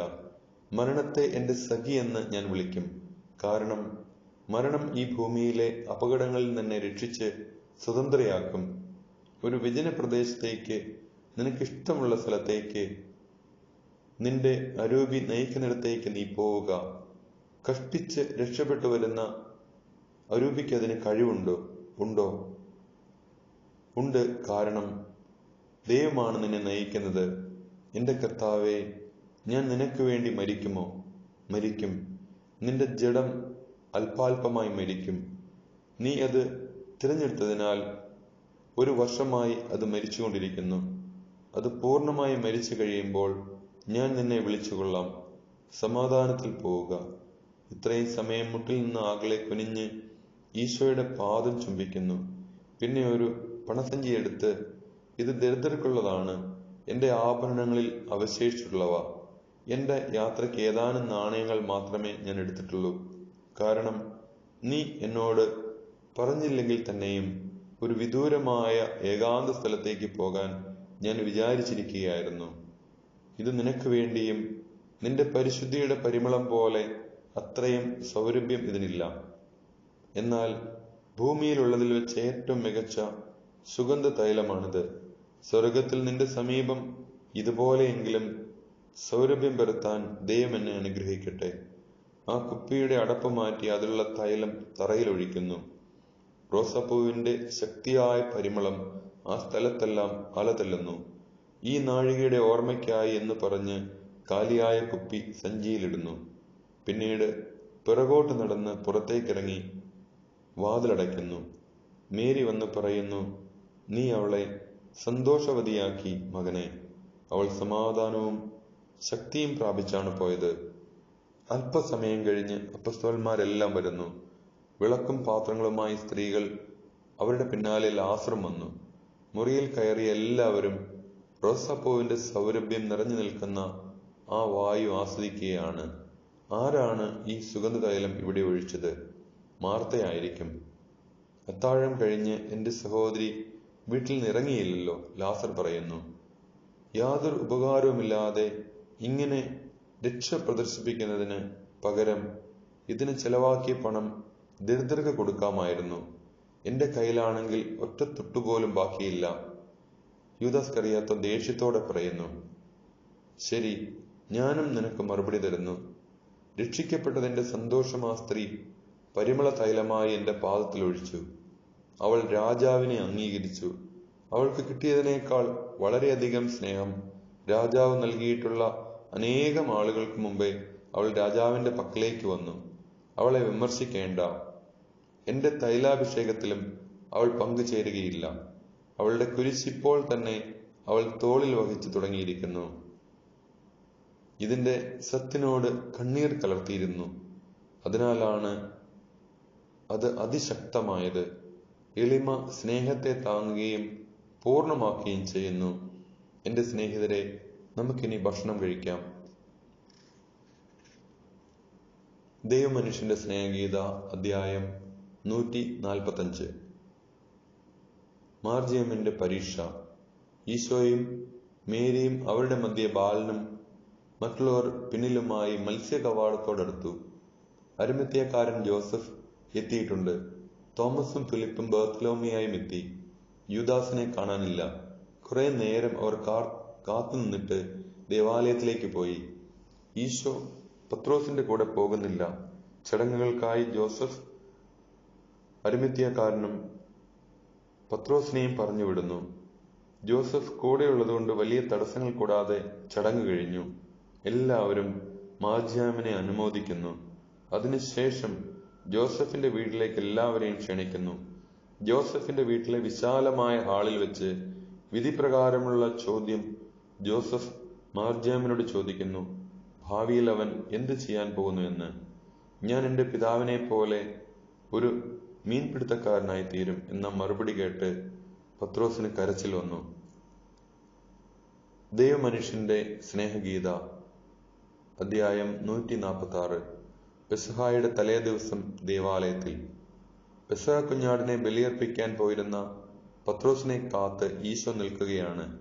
ഈശോ സോളമനെ കുറിച്ച് മാർജിയാമിനോട് സംസാരിച്ചു കൊണ്ടിരിക്കുമ്പോൾ യൂദാസ് ഒരു സംഘം യുവാക്കന്മാരുടെ കൂടെ കടന്നു പോകുന്നത് എല്ലാവരും കണ്ടു. അവൻ എന്താണ് പറയുന്നതെന്ന് കേൾക്കാൻ പോവുകയാണെന്നും പറഞ്ഞ് തോമസ് ഓടുന്നു. ഞാനൊരു തീക്കനലൊന്നുമല്ല, ഒരു നീർപ്പഞ്ഞിയാണ്. ഞാൻ വലിച്ചെടുക്കുന്നുണ്ട്. ഞാനും ലഭിക്കണമെന്ന് ആഗ്രഹിക്കുന്നവർ ആവശ്യപ്പെടുമ്പോൾ എന്നിലുള്ള ജീവജലം മുഴുവൻ ഞെക്കിപ്പിഴിഞ്ഞ് അവർക്ക് ഞാൻ കൊടുക്കുന്നു. വലിയ ഗമയിലും ഭാവത്തിലുമാണ് അവൻ സംസാരിക്കുന്നത്. തോമസിനെ കണ്ട്, തോമസേ, എന്റെ സ്നേഹിത, ഞാനിതാ വരുന്നു, അവൻ ദേവാലയത്തിലുണ്ടെന്ന് എനിക്കറിഞ്ഞുകൂടായിരുന്നു എന്ന് സ്നേഹമുള്ള ഭാവത്തിൽ അഭിനയിച്ചുകൊണ്ട് കൂട്ടുകാരെ പറഞ്ഞുവിട്ട് തോമസിന്റെ തോളിൽ കൈയിട്ട് കൊണ്ടുപോകുന്നു. കഴിഞ്ഞ വർഷം ഈ സമയത്ത് ഈശോ പലയിടത്തും പ്രസംഗിക്കുകയായിരുന്നു. ഞാൻ ഓർക്കുന്നുണ്ട്. രാജകീയമായ അധികാരത്തോടെയാണ് അവൻ പ്രസംഗിച്ചിരുന്നത്. അതെനിക്ക് വലിയ ആകർഷണമായിരുന്നു. എന്നാൽ ഇപ്പോൾ അവൻ ചൈതന്യം നഷ്ടപ്പെട്ടവനെ പോലെ ആയിരിക്കുകയാണ്. അവന്റെ ദൗത്യത്തിൽ അവൻ പരാജയപ്പെട്ടു. നിനക്കും അങ്ങനെ തോന്നുന്നില്ലേ? എനിക്കൊന്നും തോന്നുന്നില്ല, തോമസ് പറഞ്ഞു. മര്യാദയ്ക്ക് സംസാരിക്കാൻ തോമസ് അവന് താക്കീത് കൊടുക്കുന്നു. അവർ ഈശോയുടെ അടുത്തെത്തി. ഗുരുവേ, നമസ്കാരം. എല്ലാവരും ബഹുമാനിക്കണമെന്ന് ഞാൻ ആഗ്രഹിച്ച പത്രോസിനെ നീ വിഷമിപ്പിക്കരുതായിരുന്നു. കുറഞ്ഞ പക്ഷം വിവരം അറിയിക്കുകയെങ്കിലും ചെയ്തിരുന്നെങ്കിൽ. എനിക്ക് ഒരു തെറ്റുപറ്റി. എന്നാൽ അതേ കാരണത്താൽ നാളെയും എനിക്ക് വരാൻ കഴിയുകയില്ല. എന്റെ അപ്പന്റെ സ്നേഹിതർ എന്നോട് കൂടെയുണ്ട്. ഞാൻ നിന്നോട് ക്ഷമിക്കുന്നു. പിതാവിന്റെ സ്നേഹിതർ കാത്തു നിൽക്കാൻ ഇടയാകാതിരിക്കട്ടെ. ദൈവം നിന്നോട് കൂടെ. ദൈവമനുഷ്യന്റെ സ്നേഹഗീത, അധ്യായം 147. സ്വർഗസ്ഥനായ ഞങ്ങളുടെ പിതാവേ. ഈശോയും 11 അപ്പസ്തോലന്മാരും കൂടെ ഒലിവുമലയുടെ മുകളിലേക്ക് പോകുന്നു. വളരെ ആഗ്രഹത്തോടെ കാത്തിരുന്ന ഒരു മുത്തുകൊണ്ട് പെസഹ തിരുനാളിന് മകുടം ചാർത്താൻ നിങ്ങളെ കൊണ്ടുപോവുകയാണ്. ഈശോ എന്നിട്ട് പറയുന്നു, കയറിയത് മതി, ഇവിടെ നിൽക്കാം. ഭാവിയിൽ എന്റെ ജോലി തുടരാനുള്ള എന്റെ പ്രിയ ശിഷ്യരെ, എന്റെ അടുത്ത് വരൂ. പലപ്പോഴും നിങ്ങൾ എന്നോട് പറഞ്ഞിട്ടുണ്ട്, നീ പ്രാർത്ഥിക്കുന്നത് പോലെ പ്രാർത്ഥിക്കാൻ ഞങ്ങളെ പഠിപ്പിക്കണമേ എന്ന്. അതിനുള്ള സമയം ഇപ്പോൾ ആയിട്ടുണ്ട്. അരൂപിയിലുള്ള ജീവിതത്തിൽ നിങ്ങൾ പുരോഗമിക്കുന്നതിനും ഇപ്രകാരമുള്ള പുരോഗമനം എല്ലാവരിലും ഉള്ളതുകൊണ്ടുമാണ് ഇന്ന് രാത്രിയിൽ ആ പ്രാർത്ഥന നിങ്ങളെ പഠിപ്പിക്കുന്നത്. ഗുരുവേ, യൂദാസിന് എന്തു പറ്റി? അവർ ചോദിക്കുന്നു. അവന് അസൂയയുണ്ട്. എൻഡോറും എസ്തലോണും കഴിഞ്ഞപ്പോഴാണ് അവന് വ്യത്യാസം വന്നത്. അതായത്, എൻഡോറിലെ ജോണിനെയും ബാലിനെയും ഞാൻ സ്വീകരിച്ച് അവരുടെ കാര്യങ്ങൾ നോക്കിയ നിമിത്തം. എന്നാൽ ജോൺ എന്നിൽ നിന്ന് വിട്ട് ഐസക്കിന്റെ കൂടെ ആയി കഴിയുമ്പോൾ യൂദാസ് വീണ്ടും സന്തോഷവാനാകും.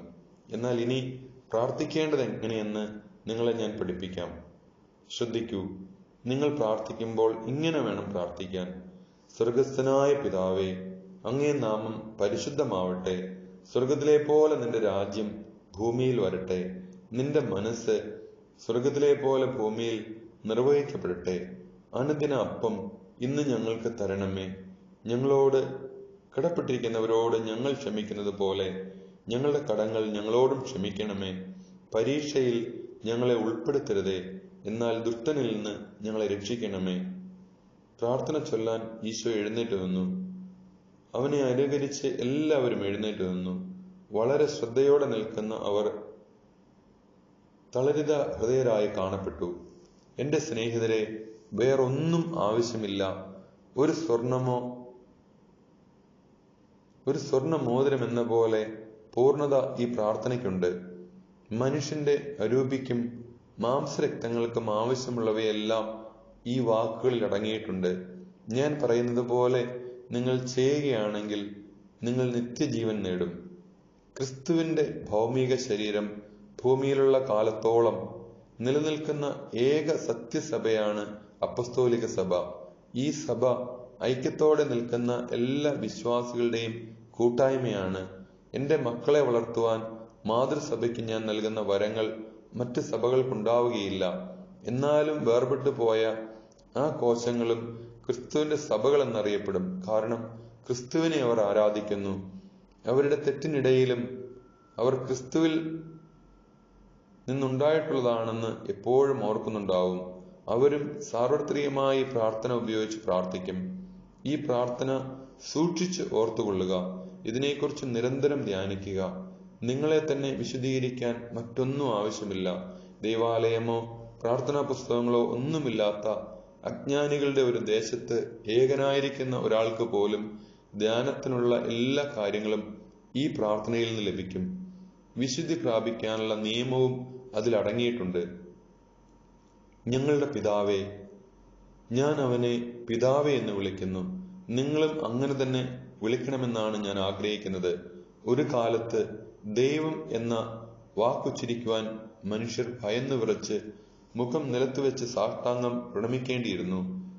എന്നിൽ വിശ്വസിക്കാത്തവനും എന്റെ വാക്കിൽ വിശ്വസിക്കാത്തവൻ ഇപ്പോഴും അതുപോലെ മരവിപ്പിക്കുന്ന ഭയത്തിലാണ് ജീവിക്കുന്നത്. എന്നാൽ ഇപ്പോഴോ എഴുന്നേൽക്കൂ, എന്റെ അടുത്ത് വരൂ. ഞാൻ നിത്യപുരോഹിതനാണ്. നിങ്ങളുടെ കയ്യിൽ പിടിച്ചുകൊണ്ട് എനിക്ക് പറയാം, വരുവെന്ന്. വിദൂരതയിലേക്കല്ല, സമീപത്തേക്ക്. അടിമകളെ പോലെയല്ല, മക്കളെ പോലെ ദൈവത്തിന്റെ ഹൃദയത്തിലേക്ക് നിങ്ങളെ കൊണ്ടുചെല്ലണം. പിതാവേ, പിതാവേ എന്ന് പറയണം. മടുപ്പ് തോന്നാതെ ആ വാക്ക് ആവർത്തിച്ചു പറയണം. നിങ്ങൾ ഓരോ പ്രാവശ്യവും ഇത് പറയുമ്പോൾ ദൈവത്തിന്റെ സന്തോഷ നിമിത്തം സ്വർഗം ഒന്നുകൂടി മിന്നി പ്രകാശിക്കുന്നു. യഥാർത്ഥ സ്നേഹത്തോടെ വേറൊരു വാക്ക് പറയാതെ ആ വാക്ക് മാത്രം പറഞ്ഞാലും നിങ്ങൾ കർത്താവിന് ഇഷ്ടപ്പെട്ട ഒരു പ്രാർത്ഥനയായിരിക്കും ചെല്ലുന്നത്. നിന്റെ നാമം പരിശുദ്ധമാക്കപ്പെടട്ടെ. ഓ, മറ്റേത് നാമത്തേക്കാൾ പരിശുദ്ധവും മാധുര്യമേറിയതുമായ നാമം. പാപം ചെയ്തവരുടെ ഭയം ആ നാമത്തെ വേറൊരു നാമം കൊണ്ട് മറച്ചുവെച്ചു. അല്ല, ഇനിയും ഹസോണായ, അല്ല അവൻ അഡോണായ, അല്ല അവൻ ദൈവമാണ്. സ്നേഹത്തിന്റെ ആധിക്യത്താൽ മനുഷ്യരാശിയെ സൃഷ്ടിച്ച ദൈവം ഇപ്പോൾ മുതൽ മനുഷ്യവംശം ഞാൻ അവയ്ക്കായി തയ്യാറാക്കുന്ന ശുദ്ധീകരണം കൊണ്ട് ശുചിയാക്കപ്പെട്ട അതിരങ്ങൾ ഉപയോഗിച്ച് അവനെ പേര് വിളിക്കണം. അപ്പ, അപ്പ എന്ന് കൊച്ചു കുഞ്ഞുങ്ങൾ അവരുടെ പിതാക്കന്മാരെ വിളിക്കുന്നു. നിങ്ങൾ ദൈവത്തിന്റെ കൊച്ചു കുട്ടികളാണ്. നിങ്ങൾ ആയിരുന്ന പഴയ മനുഷ്യനെ ഞാൻ നശിപ്പിച്ചു. എന്റെ സ്നേഹം നിമിത്തം നിങ്ങളിൽ പുതിയ മനുഷ്യനെ ഞാൻ ജന്മം നൽകി, ക്രിസ്ത്യാനിയാക്കി. അതിനാൽ കൊച്ചുകുട്ടികൾ വിളിക്കുന്ന ആദ്യത്തെ വാക്കുപയോഗിച്ച് സ്വർഗത്തിലായിരിക്കുന്ന ഏറ്റവും പരിശുദ്ധനായ പിതാവേ എന്ന് നിങ്ങൾ വിളിക്കൂ. സ്വർഗത്തിലെ പോലെ നിന്റെ രാജ്യം ഭൂമിയിൽ വരട്ടെ. അതിന്റെ വരവിനായി നിങ്ങളുടെ സർവശക്തിയും ഉപയോഗിച്ച് ആഗ്രഹിക്കുക. അത് വന്നെങ്കിൽ അത് ഭൂമിക്ക് സന്തോഷമായിരിക്കും. ഹൃദയങ്ങളിലും കുടുംബങ്ങളിലും രാഷ്ട്രത്തിലും ദൈവരാജ്യം വരണം. ആ രാജ്യസ്ഥാപനത്തിനായി സഹായിക്കുകയും അധ്വാനിക്കുകയും ത്യാഗങ്ങൾ അനുഷ്ഠിക്കുകയും ചെയ്യുക. നിന്റെ മനസ്സ് സ്വർഗത്തിലെ പോലെ ഭൂമിയിൽ നിർവഹിക്കപ്പെടട്ടെ. ഒരാൾ ദൈവിക പുണ്യങ്ങൾ വീരോചിതമായി സ്വന്തമാക്കി കഴിയുമ്പോൾ മാത്രമേ സ്വന്തം മനസ്സിനെ ദൈവത്തിന്റെ മനസ്സിന് വിധേയമാക്കുകയുള്ളൂ. സ്വർഗത്തിന്റെ മക്കളായ നിങ്ങൾ സ്വർഗത്തിൽ ചെയ്യപ്പെടുന്നത് ചെയ്യാൻ പഠിക്കണം. അനുദിന അപ്പം ഞങ്ങൾക്ക് തരണമേ. നിങ്ങൾ ഇവിടെ ആയിരിക്കുമ്പോൾ നിങ്ങൾക്ക് ഭക്ഷണം ആവശ്യമുണ്ട്. നിങ്ങൾ ദൈവത്തിന്റെ മക്കളായതിനാൽ അപ്പാ, ഞങ്ങൾക്ക് കുറച്ച് അപ്പം തരണമേ എന്ന് പറയുന്നത് ശരിയായിട്ടുള്ളതാണ്. നിങ്ങളുടെ ഒരു സ്നേഹിതൻ പാതിരാത്രിയിൽ വന്ന് എനിക്ക് 3 അപ്പം തരണമേ, കാരണം എന്റെ ഒരു സ്നേഹിതൻ വന്നിരിക്കുന്നു, അയാൾക്ക് കൊടുക്കാൻ ഒന്നുമില്ല എന്ന് ചോദിച്ചാൽ എനിക്ക് സാധ്യമല്ല എന്നുള്ള ഉത്തരം നിങ്ങൾ പറയുമോ? നിങ്ങൾ യഥാർത്ഥത്തിൽ സ്നേഹിതരാണെങ്കിൽ അയാൾ ചോദിച്ചത് കൊടുക്കും. യഥാർത്ഥ സ്നേഹിതനല്ലെങ്കിലും നിർബന്ധിക്കുന്നത് കാരണം ആ കാര്യം നടത്തിക്കൊടുക്കും. എന്നാൽ പിതാവിനോട് പ്രാർത്ഥിക്കുമ്പോൾ ഭൂമിയിലെ ഒരു പിതാവിനോടല്ല നിങ്ങൾ പ്രാർത്ഥിക്കുന്നത്. അതിനാലാണ് ഞാൻ നിങ്ങളോട് പറയുന്നത്, ചോദിക്കുവിൻ നിങ്ങൾക്ക് ലഭിക്കും, അന്വേഷിക്കുവിൻ നിങ്ങൾ കണ്ടെത്തും, മുട്ടുവിൻ വാതിൽ നിങ്ങൾക്കായി തുറക്കപ്പെടും. ഞങ്ങളുടെ കടക്കാരോട് ഞങ്ങൾ ക്ഷമിക്കുന്നത് പോലെ ഞങ്ങളുടെ കടങ്ങൾ ഞങ്ങളോട് ക്ഷമിക്കണമേ. പദാർത്ഥമായ കടങ്ങളും അരൂപിയുടെ കടങ്ങളുമുണ്ട്. തിരിച്ചു കൊടുക്കാൻ പണമായും സാധനമായും വാങ്ങിയിട്ടുള്ളവയെല്ലാം പദാർത്ഥപരമായ കടങ്ങളാണ്. സൽപ്പേര് കളഞ്ഞിട്ട് അത് തിരിച്ച് നൽകാതിരിക്കുന്നതും ധാർമ്മിക കടങ്ങളാകുന്നു. ദൈവത്തിൽ നിന്ന് എല്ലാം പിടിച്ചു വാങ്ങുകയും എന്നാൽ വളരെ കുറച്ചു മാത്രം കൊടുക്കുകയും ചെയ്യുന്നതും അനുസരണയും സ്നേഹവും നൽകാതിരിക്കുന്നതും ആത്മാവിന്റെ കടങ്ങളാണ്. നമ്മൾക്ക് എല്ലാവരോടും കടമയുണ്ട്. ക്ഷമിക്കാത്തവന് ഹാ ദുരിതം, അവനോട് ക്ഷമിക്കപ്പെടുകയില്ല. അഹങ്കാരി ധ്രുവങ്ങൾ തമ്മിൽ അകന്നിരിക്കുന്നത് പോലെ സ്വർഗത്തിൽ നിന്ന് അകന്നാണിരിക്കുന്നത്. പരീക്ഷയിൽ ഞങ്ങളെ ഉൾപ്പെടുത്തരുതേ, എന്നാൽ തിന്മയിൽ ഞങ്ങളെ രക്ഷിക്കണമേ. പരീക്ഷകൾ ഞങ്ങളിൽ നിന്ന് അകറ്റിവിടണമേ എന്ന് എളിമയോടെ ദൈവത്തോട് പ്രാർത്ഥിക്കണം. ഓ എളിമ! അവനവൻ എന്തായിരിക്കുന്നെന്ന് സ്വയം അറിയുക. നിരാശപ്പെടാതെ, മനസ്സ് തകർന്നു പോകാതെ അവനവനായിരിക്കുന്ന യഥാർത്ഥ സ്ഥിതി മനസ്സിലാക്കുക. നിങ്ങൾ ഇങ്ങനെ പറയണം: ഞാനതൊന്നും ചെയ്യുകയില്ല എന്ന് ഞാൻ വിചാരിക്കുന്നുണ്ടെങ്കിലും ഞാൻ വീണു പോയേക്കാം. കാരണം ഞാൻ എൻ്റെ തന്നെ വിധികർത്താവാകുമ്പോൾ എൻ്റെ വിധി അത്ര ശരിയായിരിക്കില്ല. ആകയാൽ പിതാവേ, ദുഷ്ടൻ എന്നെ ഉപദ്രവിക്കാൻ അനുവദിക്കാത്ത വിധം എന്നെ അങ്ങേ അരികിൽ ചേർത്ത് നിർത്തി പ്രലോഭനങ്ങളിൽ നിന്നെ രക്ഷിക്കണമേ. എൻ്റെ വാത്സല്യ ഭാജനങ്ങളെ, ഇത് നിങ്ങളോട് കൂടെ പങ്കെടുക്കുന്ന രണ്ടാമത്തെ പെസഹയാണ്. കഴിഞ്ഞ കൊല്ലം നമുക്ക് പെസഹായ്ക്ക് അപ്പവും ആടും മാത്രമേ ഉണ്ടായിരുന്നുള്ളൂ. ഇക്കൊല്ലം എൻ്റെ പ്രാർത്ഥന നിങ്ങൾക്ക് തരുന്നു. ഭാവിയിലുള്ള പെസഹ തിരുനാളുകളിൽ എൻ്റെ മറ്റു സമ്മാനങ്ങൾ ഞാൻ നിങ്ങൾക്ക് തരും. ദൈവമനുഷ്യന്റെ സ്നേഹഗീത, അധ്യായം 148. ധൂർത്തപുത്രന്റെ ഉപമ. യോഹന്നാന്റെ പണിക്കാർ പെസഹ കഴിഞ്ഞ് തിരിച്ചു പോകുമ്പോൾ ഐസക്ക് വരുന്നുണ്ട്. ഐസക്കിനോട് കൂടി എൻഡോറിലെ ജോണിനെ പറഞ്ഞയക്കാനാണ് ഈശോ തീരുമാനിക്കുന്നത്. ജോണിനെ വിളിച്ച് വേണ്ട നിർദ്ദേശങ്ങൾ നൽകുന്നു. ആഗളിയുടെ ബാക്കിയുള്ള ആഭരണങ്ങൾ, ലാസർ വിറ്റ പണം യോഹന്നാന്റെയും ഡോറാസിന്റെയും പണിക്കാർക്ക് ഭാഗിച്ചു കൊടുക്കാനായി ജോണിനെ ഏൽപ്പിക്കുന്നു. ലാസർ അവരെ വണ്ടിയിൽ വിടാൻ ഈശോ ഏർപ്പാട് ചെയ്യുന്നു. എൻഡോറിലെ ജോണിന് ഗുരുവിനെ പിരിയാൻ ഇഷ്ടമില്ല, എന്നാലും അനുസരിക്കുന്നു. ജോൺ തല താഴ്ത്തി മുഖം പൊത്തി കരഞ്ഞുകൊണ്ട് പറയുന്നു: എന്നാൽ എന്റെ പാപങ്ങൾ ക്ഷമിക്കപ്പെട്ടിരിക്കുന്നുവെന്ന് മനസ്സിലാക്കത്തക്ക എന്തെങ്കിലും ഒന്ന് പറയണമേ. ദൈവത്തെ സേവിക്കാൻ എനിക്ക് കഴിയുമെന്നും.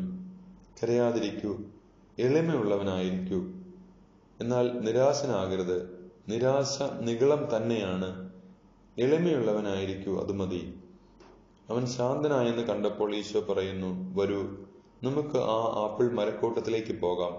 അവിടെ ചെന്ന് മറ്റുള്ളവരെയും വിളിച്ചു കൂട്ടിയിട്ട് ഞാൻ സംസാരിക്കാം. എന്നാൽ ദൈവം നിന്നെ എങ്ങനെ സ്നേഹിക്കുന്നുവെന്ന് നിന്നോട് പറയും. എന്നിട്ട് ധൂർത്തപുത്രന്റെ ഉപമ അവരോട് പറയുന്നു: എന്റെ സ്നേഹിതരെ, ഇതാണ് സ്വർഗസ്ഥനായ പിതാവിന്റെ ഭവനത്തിലും സംഭവിക്കുന്നത്. ഇളയ പുത്രനെ പോലെയാണ് താനെന്ന് വിചാരിക്കുന്ന എല്ലാവരും അയാളെ പോലെ പിതാവിന്റെ പക്കലേക്ക് പിന്തിരിയുകയാണെങ്കിൽ പിതാവ് പറയും: എന്റെ പാദത്തിങ്കലല്ല, ചങ്കിന്മേൽ വിശ്രമിക്കുക എന്ന്. നിന്റെ അഭാവത്തിൽ ആ ചങ്ക് എത്രമാത്രം വേദനിച്ചു. നിന്റെ തിരിച്ചുവരവിൽ അത് എത്രമാത്രം സന്തോഷിക്കുന്നു. മൂത്തപുത്രനെ പോലെയാണ് താനെന്ന് കരുതുന്നവർ, പിതാവിനെതിരെ ഒരു തെറ്റും ചെയ്തിട്ടില്ലാത്തവർ, പിതാവിന്റെ സന്തോഷത്തിൽ അസൂയപ്പെടാതെ അതിൽ പങ്കുകൊള്ളുകയും രക്ഷിക്കപ്പെട്ട സഹോദരനെ സ്നേഹിക്കുകയും വേണം. ഇത്ര മാത്രമേ ഉള്ളൂ. എൻഡോറിലെ ജോണും ലാസറും ഇവിടെ നിന്നാൽ കൊള്ളാം. എല്ലാവരും പോകുന്നു. ഈശോയും ജോണും ലാസറും മാത്രമായപ്പോൾ ഈശോ പറയുന്നു: ലാസറേ, നീ കാത്തിരിക്കുന്ന ആത്മാവിനും ഇതാണ് സംഭവിക്കുന്നത്. ഇതുപോലെ തന്നെയാണ് നിന്റെ ആത്മാവിനും സംഭവിക്കുന്നത് ജോണേ. എല്ലാവരും അകത്തു പോയി കഴിഞ്ഞപ്പോൾ സ്കറിയോക്കാരൻ യൂദാസ് പതുക്കെ വന്ന് മേരിയെ കണ്ടു പറയുന്നു: ഞാൻ തെറ്റു ചെയ്തു. ഗുരുവിന്റെ അടുത്തു പോകാനോ മറ്റുള്ളവരുടെ അടുത്തു പോകാനോ എനിക്ക് ധൈര്യമില്ല. എന്നെ സഹായിക്കൂ. ഞാൻ സഹായിക്കാം. എന്നാൽ നീ എത്രമാത്രം ദുഃഖം മറ്റുള്ളവർക്ക് വരുത്തുന്നുണ്ടെന്ന് നീ അറിയുന്നുണ്ടോ? കരയേണ്ട, നിന്നെ തന്നെ നന്നാക്കാൻ നോക്കൂ. വരൂ. അവന്റെ കൈക്ക് പിടിച്ചുകൊണ്ട് രണ്ടുപേരും അടുക്കളയിലേക്ക് പോകുന്നു. എല്ലാവർക്കും വലിയ വിസ്മയം. എന്നാൽ ആരും നികൃഷ്ടമായതൊന്നും പറയാതിരിക്കാൻ വേണ്ടി മേരി പറയുന്നു: യൂദാസ് തിരിച്ചു വന്നിരിക്കുന്നു. പിതാവിന്റെ വാക്കുകൾ കേട്ട് മൂത്തപുത്രൻ ചെയ്തതുപോലെ എല്ലാവരും വർത്തിക്കണം. ജോൺ, നീ പോയി ഈശോയോട് പറയുക. ദൈവമനുഷ്യന്റെ സ്നേഹഗീത, അധ്യായം 149. 10 കന്യകളുടെയും രാജകൊട്ടാരത്തിലെ കല്യാണത്തിന്റെയും ഉമ്മ. യോഹന്നാന്റെ കൃഷിപ്പണിക്കാരുടെയും ഐസക്കിന്റെ കൂട്ടുകാരുടെയും സ്ത്രീകളുടെയും സാന്നിധ്യത്തിൽ ഈശോ പ്രസംഗിക്കുന്നു. ബഥനിയിലെ അനേകം ആളുകളുമുണ്ട്. ഈശോ പറയുന്നു, നിങ്ങൾക്ക് എപ്പോഴും പേടിയായതുകൊണ്ട് ഭയത്തിന്റെ വികാരം നിങ്ങളിൽ മുന്തി നിൽക്കുന്നു എന്ന് ഞാൻ മനസ്സിലാക്കുന്നതുകൊണ്ട് വളരെ മധുരമുള്ള ഒരു ഉപമയാണ് ഞാൻ നിങ്ങളോട് പറയാൻ ആഗ്രഹിക്കുന്നത്. സന്മനസ്സുള്ളവർക്ക് മാധുര്യം, അല്ലാത്തവർക്ക് കയ്പ്. ഈ രണ്ടാമത് പറഞ്ഞവർക്ക് അവരുടെ കയ്പ് മാറ്റി കളയാൻ പറ്റും. അവർ സന്മനസ്സുള്ളവരായി തീരട്ടെ. അപ്പോൾ ഉപമയിൽ അടങ്ങിയിരിക്കുന്ന ശാസന അവർക്ക് അനുഭവപ്പെടുകയില്ല. സ്വർഗരാജ്യം ഒരു കല്യാണ വിരുന്നാണ്. ദൈവവും ആത്മാക്കളും തമ്മിലുള്ള വിവാഹം ആഘോഷിക്കുന്ന ഭവനം. ഒരാത്മാവ് അവിടെ പ്രവേശിക്കുന്ന ദിവസം അതിന് വിവാഹ വിരുന്നാണ് ഒരുക്കിയിരിക്കുന്നത്. പിന്നീട് 10 കന്യകമാരുടെ ഉപമ വിവരിച്ചു കൊടുക്കുന്നു. മത്തായി സുവിശേഷം 25-ാം അധ്യായം 1 മുതൽ 11 വരെയുള്ള തിരുവചനങ്ങളിൽ പറഞ്ഞ വചനങ്ങൾ. എന്നിട്ട് പറയുന്നു, വിശ്വാസികളുടെ ആത്മാക്കളാണ് തോഴികളായ കന്യകൾ. അവർ വിശുദ്ധിയുടെ മാതൃക തന്നെയാണ്. തോഴിമാരെല്ലാം വെടിപ്പുള്ള പുതിയ വസ്ത്രങ്ങളാണ് ധരിച്ചിരിക്കുന്നത്. ഈശോ ശിരോവസ്ത്രവും പൂമുടിയും അവർ അണിഞ്ഞിരിക്കുന്നു.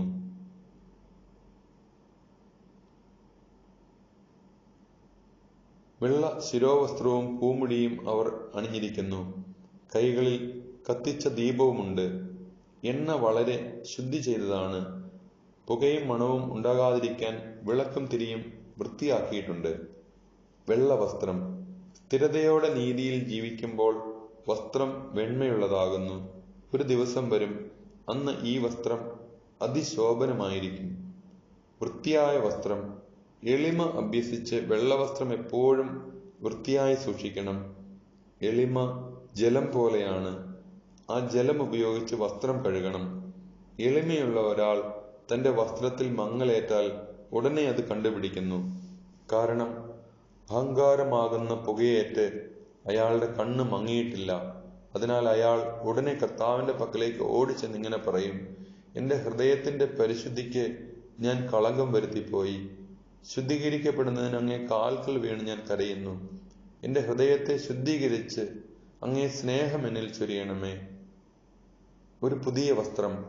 പാപം മൂലം ആത്മാവ് കീറിപ്പറിഞ്ഞ് നികൃഷ്ടമായിരിക്കുന്ന ഒരാത്മാവിന് ഈ പുതിയ വസ്ത്രം കിട്ടുമോ? തീർച്ചയായും കിട്ടും. തന്നെ അറപ്പോടെ നോക്കാൻ തുടങ്ങുന്ന നിമിഷത്തിൽ അവന് ഒരു പുതിയ വസ്ത്രം കിട്ടിത്തുടങ്ങുന്നു. ജീവിതം വ്യത്യാസപ്പെടുത്താൻ അയാൾ നിശ്ചയിച്ചു കഴിയുമ്പോൾ ആ വസ്ത്രത്തിന്റെ പുതുമ വർദ്ധിക്കും. അനുതാപത്താൽ, പ്രായശ്ചിത്തത്താൽ അവൻ അതിനെ കഴുകി സുഖപ്പെടുത്തി കഴിയുമ്പോൾ അത് പരിപൂർണമായി പുതുമയുള്ളതായിത്തീരും. വീണ്ടും ദൈവത്തിന്റെ അനുഗ്രഹം കൊണ്ടും അവന്റെ കഠിനമായ പരിശ്രമം കൊണ്ടും ഹൃദയം കൊച്ചുകുട്ടികളുടേതുപോലെ ആക്കാൻ കഴിയും. വെള്ള ശിരോവസ്ത്രം. എളിമ. ഞാൻ ഒരിക്കൽ പറഞ്ഞു, നിങ്ങൾ പ്രാർത്ഥിക്കുമ്പോഴും തപസ് ചെയ്യുമ്പോഴും ലോകം അത് കാണാതിരിക്കട്ടെ എന്ന്. നമ്മൾ ചെയ്യുന്ന നന്മയും ദൈവം നമുക്ക് തരുന്ന അനുഗ്രഹങ്ങളും സംരക്ഷിക്കാൻ നിങ്ങൾ ധരിക്കുന്ന ശിരോവസ്ത്രമാണ്, മൂടുപടമാണ് എളിമ. നാം അഹങ്കരിക്കരുത്. മനുഷ്യരുടെ പൊട്ട സ്തുതി ഒരിക്കലും അന്വേഷിക്കുകയും അരുത്. അന്വേഷിച്ചാൽ ആ നിമിഷത്തിൽ തന്നെ ഈ ദാനം പിൻവലിക്കപ്പെടും. പുഷ്പമുടി. എല്ലാ ദിവസവും സൽകൃത്യങ്ങൾ കൊണ്ട് ആത്മാവായ പുഷ്പമാല്യം നിർമ്മിക്കണം. വാടിയതോ കേടുള്ളതോ ഒന്നും അത്യുന്നതന്റെ സന്നിധിയിൽ വയ്ക്കാൻ പറ്റുകയില്ല. എപ്പോഴാണ് മണവാളൻ ദൈവം പ്രത്യക്ഷനായി വരുന്നത് എന്ന്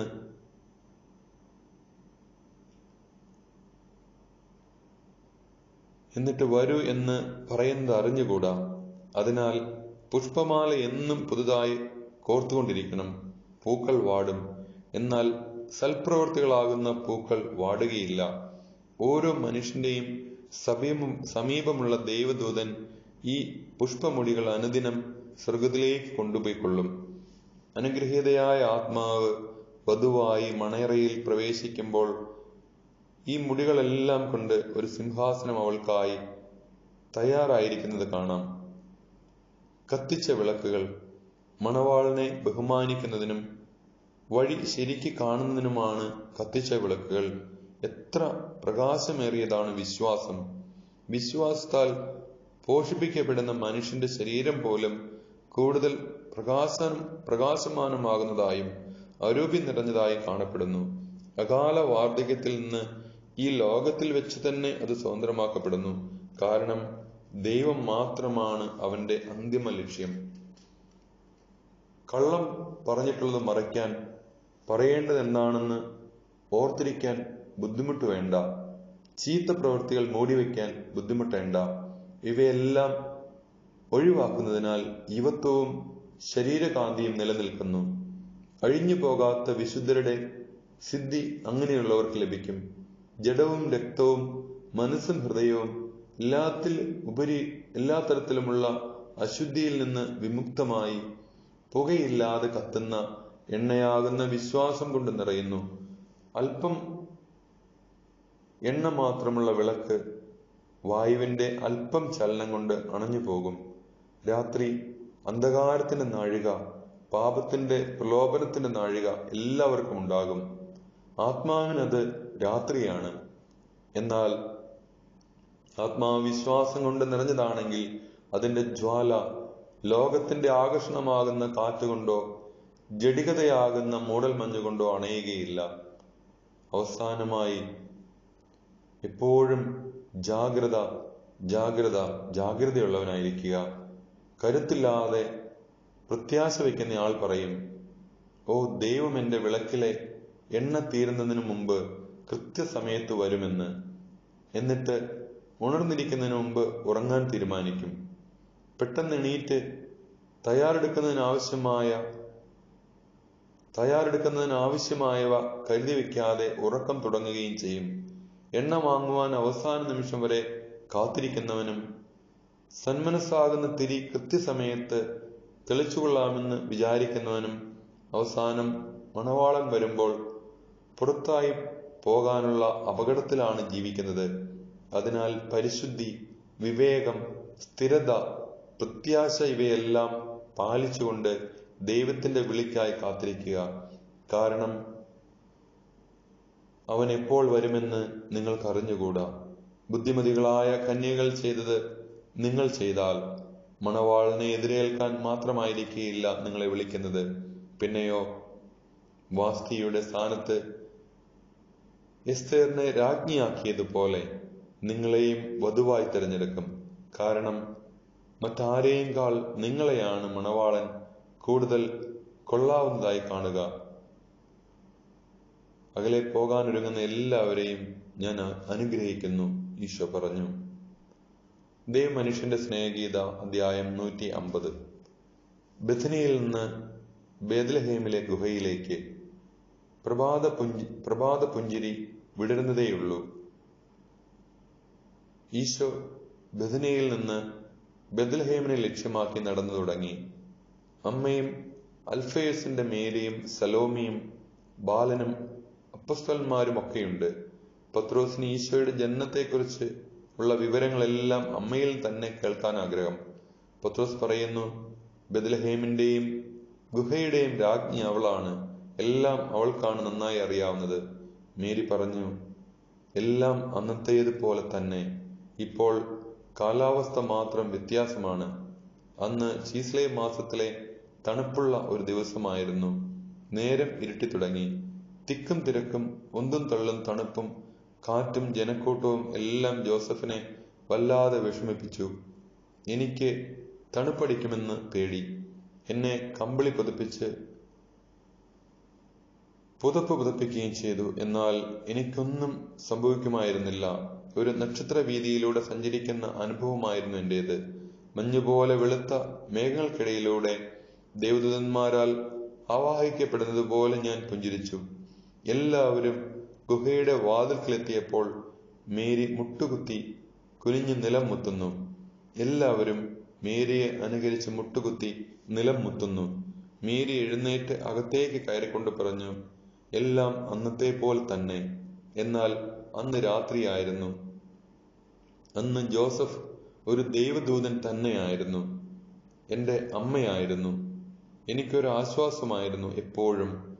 കുറച്ചു കഴിഞ്ഞപ്പോൾ ജോസഫിനെ മൗനവും ഉറക്കവും മുറ്റിനിന്നു. എനിക്ക് ലഭിച്ചിരുന്ന ദൈവിക ചുംബനം പോലെയുള്ള അവസ്ഥ അദ്ദേഹം കാണാതിരിക്കാനായിരുന്നു അത്. അല്പം കഴിഞ്ഞ് സ്വർഗീയമായ ഒരു കടലിൽ നിന്ന് ആനന്ദ പാരവശ്യത്തിന്റെ തിരമാലകൾ എന്നിലേക്ക് അടിച്ചുകൊണ്ടിരുന്നു. ഞാൻ ഉയർന്നുകൊണ്ടിരുന്നു. ഉയർന്നുയർന്ന് അഗ്നിയുടെ ഉള്ളിലേക്ക്, ദൈവത്തിലേക്ക് ഞാൻ ഉയർന്നു. ആ രാത്രി നീ എന്നിൽ നിന്ന് പിറക്കുകയായിരുന്നോ? അതോ ത്രിത്വത്തിന്റെ പ്രകാശത്തിൽ നിന്ന് ഞാൻ ജനിക്കുകയായിരുന്നോ? എനിക്കറിഞ്ഞുകൂടാ. അതിനുശേഷം താഴേക്കുള്ള ഇറക്കം. ദേവദൂത ഗണങ്ങളിലൂടെ, നക്ഷത്രങ്ങളിലൂടെ സാവധാനത്തിൽ ആനന്ദപൂർവം മാധുര്യം തുളുമ്പി നിൽക്കുന്ന ശാന്തമായ ഇറക്കം. ആകാശത്ത് നിന്ന് അടർത്തിയെടുത്ത ഒരു കഷ്ണം മഴവില്ല് പോലെ എന്റെ കിരീടമേ, നീ എന്റെ ചങ്കിന്മേൽ താണിറങ്ങി. ഈശോ മേരിയുടെ ഓർമ്മകളെല്ലാം സ്വീകരിച്ചുകൊണ്ട് ഒരു വലിയ കല്ലിന്മേൽ ഇരിക്കുകയാണ്. മേരി തിളങ്ങുന്ന കണ്ണുകളോടെ ഈശോയുടെ അടുത്ത് വന്ന് കുനിഞ്ഞ് ഈശോയുടെ ശിരസ് ചുംബിക്കുകയും ആരാധിക്കുകയും ചെയ്യുന്നു. അന്ന് ചെയ്തതുപോലെ തന്നെ. പിന്നീട് ഇടയന്മാർ വന്നു. അവർ അവിടുത്തെ ആരാധിച്ചു. ദേവദൂതന്മാർ മനുഷ്യർക്ക് ആർക്കും ആവർത്തിക്കാൻ കഴിയാത്ത അവരുടെ സംഗീതം കൊണ്ട്, സ്വർഗത്തിന്റെ മുഴുവൻ സ്നേഹം കൊണ്ട്, സ്വർഗത്തിന്റെ വായു ഇവിടെ എത്തിച്ചുകൊണ്ട് വലിയ പ്രകാശധോരണിയിൽ അവർ ആരാധിച്ചു. ഇങ്ങനെയായിരുന്നു നിന്റെ ജനനം, എന്റെ അനുഗ്രഹീതനായ മകനെ. പിറ്റേ ദിവസം എങ്ങനെയായിരുന്നു? അത് കഴിഞ്ഞുള്ള ദിവസങ്ങൾ. പലരും ഒരുമിച്ച് ചോദിക്കുന്നു, പിറ്റേ ദിവസമോ? എത്ര സാധാരണം. എല്ലാ മാതാക്കളും ചെയ്യുന്നത് പോലെ ഞാനും കുഞ്ഞിന് പാല് കൊടുക്കുന്നു, കുളിപ്പിക്കുന്നു. അരുവിയിലെ വെള്ളം ഇതാ ഇവിടെ തീ കത്തിച്ച് ചൂടാക്കി ഗുഹയുടെ ഏറ്റവും ഭദ്രമായ മൂലയിൽ ഒരു പഴയ തൊട്ടിയിൽ പിടിച്ച് കുളിപ്പിച്ചു. തുണികൾ ഞാൻ അരുവിയിൽ കൊണ്ടുപോയി അലക്കി ഉണങ്ങാൻ വെയിലത്തിട്ടിരുന്നു. പിന്നീട് സംഭവിച്ചു നിന്റെ ജനനത്തിന്റെ മണിക്കൂർ പോലെ വേറൊന്നും ഉണ്ടായിരുന്നില്ല. ദൈവത്തിലേക്ക് ഞാൻ തിരിച്ചു ചെല്ലുമ്പോൾ മാത്രമേ ആ തികവ് ഞാൻ വീണ്ടും അനുഭവിക്കുകയുള്ളൂ. ഓ, ഞാൻ തന്നെ ഈ ലോകത്തിലല്ല എന്നെനിക്ക് തോന്നുന്നു. ദേവാലയത്തിന്റെ അതിവിശുദ്ധ സ്ഥലത്തേക്കാൾ വിശുദ്ധമായ സ്ഥലത്താണ് ഞാൻ എന്നെനിക്ക് തോന്നുന്നു. ഞാൻ നിന്നോട് ബഹുമാനമായി പെരുമാറിയിരുന്നുവെങ്കിലും അതൊരു മഹൽ സ്ത്രീയോടെന്ന പോലെയാണ്, ഒരു സ്ത്രീ.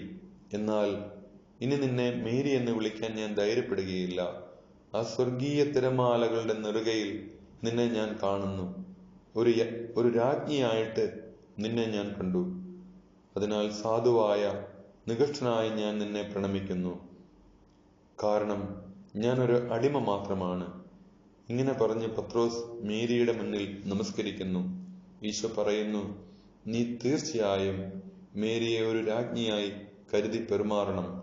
എന്നാൽ നീ ഒരു അടിമയാണെന്ന വിധത്തിലായിരിക്കരുത്. നീ സഭയുടെ ശക്തിയാണ്. ഓ, ഞാൻ ശക്തിയാകണമെങ്കിൽ തീർച്ചയായും അവളെ ആശ്രയിക്കണം. ദൈവത്തിന്റെ ശക്തിയെ ഒരിക്കലും സംശയിക്കരുത്. നമ്മൾ എളിയവരും വിശ്വസ്തരുമായിരുന്നാൽ മതി. ഇനി ആ ആപ്പിൾ വൃക്ഷ തണലിലിരുന്ന് നമുക്ക് വിശ്രമിക്കാം. ദൈവമനുഷ്യന്റെ സ്നേഹഗീത, അധ്യായം 151. ബസൂറിൽ ഏലിയായുടെ വീട്ടിലേക്ക് പോകുന്ന വഴി ബേത്ലഹേമിലെ ശിശുവധത്തെപ്പറ്റിയും സംസാരിക്കുന്നു. എന്നാൽ കൊല്ലപ്പെട്ട കുഞ്ഞുങ്ങൾക്ക് എങ്ങനെയാണ് ഹെരോദസിനോട് ക്ഷമിക്കാൻ പറ്റുന്നത്? മാർജിയം ചോദിക്കുന്നു. അവർ കുഞ്ഞു രക്തസാക്ഷികളാണ്. രക്തസാക്ഷികൾ വിശുദ്ധന്മാരാണ്. അവരെ കൊല്ലുന്നവരോട് അവർ ക്ഷമിക്കുക മാത്രമല്ല ചെയ്യുന്നത്, അവരെ സ്നേഹിക്കുകയും ചെയ്യുന്നുണ്ട്. ഈശോ പറയുന്നു. മാർജിയം മേരിയോട് ചോദിക്കുന്നു, ഈശോ പഠിപ്പിച്ച പകൽ സമയം നീ എന്നെ പഠിപ്പിക്കുന്ന ആ നല്ല പ്രാർത്ഥനയുണ്ടല്ലോ, ആ പ്രാർത്ഥനയിൽ പറയുന്നത് സ്വർഗസ്ഥനായ ഞങ്ങളുടെ പിതാവേ എന്നാണ്. നമ്മൾ സ്വർഗത്തിൽ എത്തിയിട്ടില്ലല്ലോ, പിന്നെ എങ്ങനെയാണ് പിതാവ് നമ്മോട് കൂടെ ആയിരിക്കുന്നത്? അതോ ദൈവം എല്ലായിടത്തും ഉള്ളതുകൊണ്ടാണോ? മകനെ, ഈ നിമിഷത്തിൽ ജനിച്ചുകൊണ്ടിരിക്കുന്ന കുട്ടി ലോകത്തിൽ എവിടെയായാലും ദൈവത്തിന്റെ സ്നേഹവും നോട്ടവും അവൻ മരിക്കുന്നതുവരെ അവന്റെ മേലുണ്ടായിരിക്കും. അവൻ ഡോറസിനെ പോലെ ചീത്തയാണെങ്കിലും ഉണ്ടായിരിക്കുമോ? ഇത്രയും നല്ലവനായ ദൈവത്തിന് വളരെ ചീത്തയായ ഡോറസിനെ സ്നേഹിക്കാൻ കഴിയുമോ? ദൈവം അയാളെ അനിഷ്ടത്തോടും ദുഃഖത്തോടും കൂടെയാണ് നോക്കുന്നത്. അയാൾ അനുദപിച്ചാൽ കാരുണ്യം ലഭിക്കും. അയാൾ മനസ്സ് തിരിയാൻ നീ പ്രാർത്ഥിക്കണം. ഓ ഇല്ല അമ്മേ, അവൻ മരിക്കണമെന്ന് ഞാൻ പ്രാർത്ഥിക്കും. അവന്റെ ആത്മാർത്ഥമായ ദേഷ്യം കണ്ട് എല്ലാവരും ചിരിക്കുന്നു. മേരി ഒരു അധ്യാപികയുടെ മാതിരി നിറഞ്ഞ ഗൗരവത്തോടെ പറയുന്നു, അല്ല മകനെ, നീ ഒരു പാപിയോട് അങ്ങനെ ചെയ്യരുത്. ദൈവം നിന്റെ പ്രാർത്ഥന കേൾക്കുകയില്ല, നിന്നെയും ഗൗരവത്തോടെ നോക്കും. അവൻ നല്ലവനാകണമേ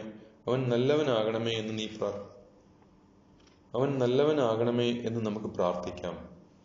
ഇത്ര ഉദാത്തമായ പാഠം അവന് മനസ്സിലാകുന്നില്ല. ഞാൻ അവന് വേണ്ടി പ്രാർത്ഥിച്ചാലും അവൻ നല്ലവനാകാൻ പോകുന്നില്ല. അയാൾ വയസ്സായ എൻ്റെ അപ്പനെ ഇരുമ്പ് വടി കൊണ്ട് അടിക്കുന്നത് ഞാൻ കണ്ടു. ഇരുമ്പ് കമ്പി കൊണ്ട് അടിച്ചും മരിക്കുന്നവനെ പോലെയാക്കി. എന്നിട്ട് മുഖത്ത് തൊഴിച്ചു. വേദന നിമിത്തം അവൻ വിയർക്കുന്നു, കൂവുന്നു. ഈശോ പറയുന്നു, ഡോറസിന്റെ മഹാപാതകം നിഷ്കളങ്കനായൊരു കുഞ്ഞിനെ വിദ്വേഷത്തിലേക്ക് തള്ളി നീക്കുന്നു. അനന്തരം കുട്ടിയോട് സംസാരിക്കുന്നു, നിന്റെ മമ്മിയുടെയും ഡാഡിയുടെയും കുഞ്ഞനുജന്റെയും വൃദ്ധനായ അപ്പന്റെയും കൂടെ ചെന്ന് ചേരണമെന്ന് ആഗ്രഹമുണ്ടോ? ഉണ്ട്. എങ്കിൽ ആരെയും വെറുക്കരുത്. വെറുക്കുന്നവൻ സ്വർഗത്തിലെത്തുകയില്ല. ഇപ്പോൾ ഡോറസിനു വേണ്ടി പ്രാർത്ഥിക്കാൻ നിനക്ക് കഴിയുകയില്ല അല്ലേ? എന്നാലും വെറുക്കരുത്. നീ എന്താണ് ചെയ്യേണ്ടതെന്ന് നിനക്കറിയാമോ? കഴിഞ്ഞ കാര്യങ്ങളെക്കുറിച്ച് ചിന്തിക്കാൻ പുറകോട്ട് ഒരിക്കലും തിരിഞ്ഞു നോക്കരുത്.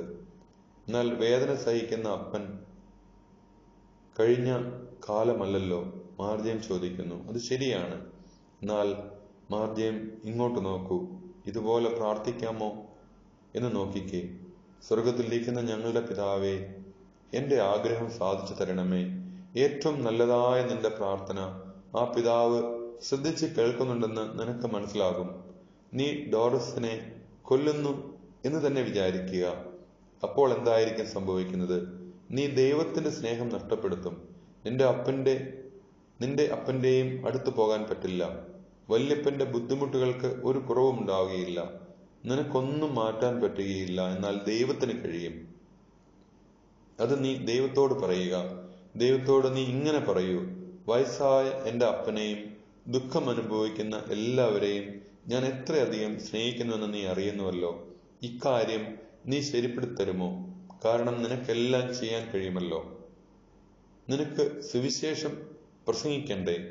സുവിശേഷം പഠിപ്പിക്കുന്നത് സ്നേഹവും ക്ഷമയുമാണ്. നിനക്ക് മറ്റുള്ളവരോട് ഇങ്ങനെ പറയാൻ കഴിയുമോ? വെറുക്കരുത്, ക്ഷമിക്കണമെന്ന്. നിനക്ക് തന്നെ സ്നേഹിക്കാനും ക്ഷമിക്കാനും കഴിയുന്നില്ലെങ്കിൽ എങ്ങനെയത് മറ്റുള്ളവരോട് പറയാൻ പറ്റും? എല്ലാം നല്ല ദൈവത്തിന് വിട്ടുകൊടുക്കുക. എത്ര നന്നായി അവിടുന്ന് എല്ലാം നടത്തുമെന്ന് അപ്പോൾ നീ കണ്ടു മനസ്സിലാക്കും. ഇങ്ങനെ നിനക്ക് ചെയ്യാമോ? ചെയ്യാം. ഞാൻ നിന്നെ സ്നേഹിക്കുന്നു, അതുകൊണ്ട് ഞാനത് ചെയ്യും. ഈശോ ബാലനെ ചുംബിക്കുന്നു. അങ്ങനെ ആ സംഭവം കഴിഞ്ഞു. അവരുടെ യാത്രയും തീർന്നു. മേരി തന്റെ ദേവാലയത്തിൽ വെച്ചുള്ള കൂട്ടുകാരിയും കാരണവർ മുഖേന ചെറിയ ബന്ധുവുമായ ഏലീശയെ കാണാൻ എത്തിയിരിക്കുകയാണ്. തന്നേക്കാൾ 10 വയസ്സ് പ്രായക്കൂടുതലുണ്ടായിരുന്നു. കൊച്ചുകുട്ടികളെ സംരക്ഷിക്കാൻ അധ്യാപികമാർ മുതിർന്ന കുട്ടികളുടെ സഹായം തേടിയിരുന്നു. അങ്ങനെ അവർ അമ്മയുടെ കൂട്ടുകാരിയും അധ്യാപികയുമായിരുന്നു. ആട്ടിടയന്മാരിൽ നിന്ന് അവരുടെ ഭർത്താവും 2 ആൺമക്കളും ഉണ്ടായിരുന്നു മരിച്ചുവെന്നും ഇപ്പോൾ അവൾ ഏകയും മാനസരോഗിയുമാണെന്നും അറിഞ്ഞ് മേരി വളരെ വിഷമിക്കുന്നു. മറ്റുള്ളവരെ ഇടയന്മാരോടുകൂടി വിശ്രമിക്കാൻ ഏൽപ്പിച്ചിട്ട് ഈശോയും അമ്മയും മാത്രം അവരെ ചെന്ന് കാണുന്നു. ഈശോ തന്റെ വചനത്താൽ അവർക്ക് സൗഖ്യം കൊടുത്ത് ജീവിതത്തിലേക്ക് തിരിച്ചു കൊണ്ടുവരുന്നു. മേരി അന്ന് അവിടെ കഴിയാൻ അനുവദിച്ചിട്ട് അവരെല്ലാം ഗ്രാമത്തിൽ പോയി വിശ്രമിക്കുന്നു. വിനാശകരമായ വിഷാദം കൈവെടിയണമെന്ന് ഏലീശായ്ക്ക് മനസ്സിലായ വിവരം നാട്ടിലെങ്ങും അറിഞ്ഞു. അവരുടെ ബന്ധുക്കളും മിത്രങ്ങളും കർത്താവിനെ കാണാൻ ഓടി വരുന്നു. ഏലീശായെ കാണാനും കർത്താവിന്റെ വചനം കേൾക്കാനും അവർക്ക് ആഗ്രഹമുണ്ട്. ഏലീശായെ കാണാറായിട്ടില്ല. അവൾക്ക് സമയം കൊടുക്കാൻ ഈശോ പറയുന്നു. പക്ഷേ അവരോട് സംസാരിക്കുന്നു. ഈശോ പറയുന്നു, ദുഃഖം ഒരു കുരിശാണ്, അതേസമയം ഒരു ചിറകുമാണ്. വിലാപം ഉരിഞ്ഞു കളയുന്നത് വീണ്ടും ധരിപ്പിക്കാനാണ്. കരയുന്ന നിങ്ങൾ എഴുന്നേൽക്കൂ, കണ്ണു തുറക്കൂ. പേടി സ്വപ്നങ്ങളും അന്ധകാരവും സ്വാർത്ഥതയുമെല്ലാം ദൂരെ എറിയൂ. ആളുകൾ കരയുകയും മരിക്കുകയും ചെയ്യുന്ന തരിശുഭൂമിയാണ് ലോകം. ആ ലോകം കരഞ്ഞു വിളിക്കുന്നു, സഹായിക്കണമെന്ന്. അനാഥർ, രോഗികൾ, ഏകരായിട്ടുള്ളവർ, സന്ദേഹമുള്ളവർ, മറ്റുള്ളവരുടെ കടും വഞ്ചനയും ക്രൂരതയും കൊണ്ട് വിദ്വേഷത്തിൽ കഴിയുന്നവർ, ഇങ്ങനെ എത്രയധികം ആളുകൾ സഹായത്തിനായി കഴിയുന്നു. ഇങ്ങനെ കരയുന്നവരുടെ പക്കലേക്ക് പോകൂ. വിസ്മരിക്കപ്പെട്ടിരിക്കുന്ന ആളുകളുടെ ഇടയിലേക്ക് പോയി സ്വയം വിസ്മരിക്കൂ. നിരാശരുടെ മധ്യത്തിൽ നിങ്ങൾ പ്രത്യാശയുള്ളവരായിരിക്കുവിൻ. തങ്ങളുടെ സഹോദരങ്ങൾക്ക് നന്മ ചെയ്തുകൊണ്ട് സ്വർഗം നേടാൻ ആഗ്രഹിക്കുന്നവർക്ക് ഈ ലോകം തുറന്നു കിടക്കുന്നു. നന്മ ചെയ്തുകൊണ്ട് ദൈവത്തോടും ആരെക്കുറിച്ചും നമ്മൾ വിലപിക്കുന്നുവോ ആ പ്രിയപ്പെട്ടവരോടും ഒരുമിക്കാൻ ധാരാളം അവസരം ലഭിക്കും. ഞാൻ മരിക്കുന്നതുവരെ നിങ്ങളോട് കൂടെ ഉണ്ടായിരിക്കുമെന്ന് നയോമിയോട് പറഞ്ഞ റൂത്തിനെ അനുകരിക്കൂ. അവനവന്റെ സ്വന്തം ദുഃഖത്തെക്കാൾ വലിയ ദുഃഖങ്ങളുണ്ടെന്ന് റൂത്ത് ഗ്രഹിച്ചു. ചെറുപ്രായത്തിൽ വിധവയായ അവളുടെ ദുഃഖത്തെക്കാൾ ഭർത്താവും 2 പുത്രന്മാരും നഷ്ടപ്പെട്ട അവളുടെ അമ്മായിയമ്മ നവോമിയുടെ ദുഃഖം, അതാണ് വലുതെന്ന് റൂത്ത് മനസ്സിലാക്കി. റൂത്ത് നവോമിയോട് കാണിച്ച ദയ കൊണ്ടാണ് ലോകത്തിന് മിശിഹായെ ലഭിച്ചതെന്ന് ഓർക്കുക. കാരണം മിശിഹ ദാവീദിൽ നിന്ന് വരുന്നു. ഓരോ സൽപ്രവൃത്തിയും മഹത് കാര്യങ്ങളുടെ ആരംഭമാണ്. കുറച്ചു ദിവസത്തേക്ക് എലീശയുടെ കൂടെ താമസിക്കാൻ മേരി ആഗ്രഹിക്കുന്നു. ഈശോ അത് അനുവദിക്കുന്നു. ദൈവമനുഷ്യന്റെ സ്നേഹഗീത, അധ്യായം 152. ഹെബ്രോണിലേക്ക് ലോകത്തിന്റെയും ദൈവത്തിന്റെയും വീക്ഷണം. അവർ ഹെബ്രോണിലേക്ക് നടക്കുകയാണ്. യുദാസിന് വലിയ നിരാശയും ദേഷ്യവും.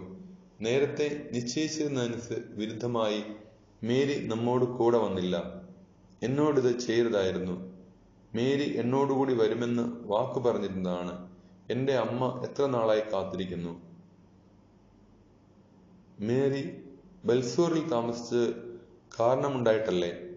ആ സ്ത്രീ ശരിക്കും സന്തോഷരഹിതയാണ്, തോമസ് പറയുന്നു. അല്പാൽപമായി സുഖപ്പെടുന്നതിന് പകരം ഈശോയ്ക്ക് പെട്ടെന്ന് ആളെ സുഖപ്പെടുത്താമായിരുന്നല്ലോ. എനിക്കറിഞ്ഞുകൂടാ എന്തുകൊണ്ടാണ് ഈശോ മിഴിവുറ്റ അത്ഭുതങ്ങൾ പ്രവർത്തിക്കാത്തതെന്ന്.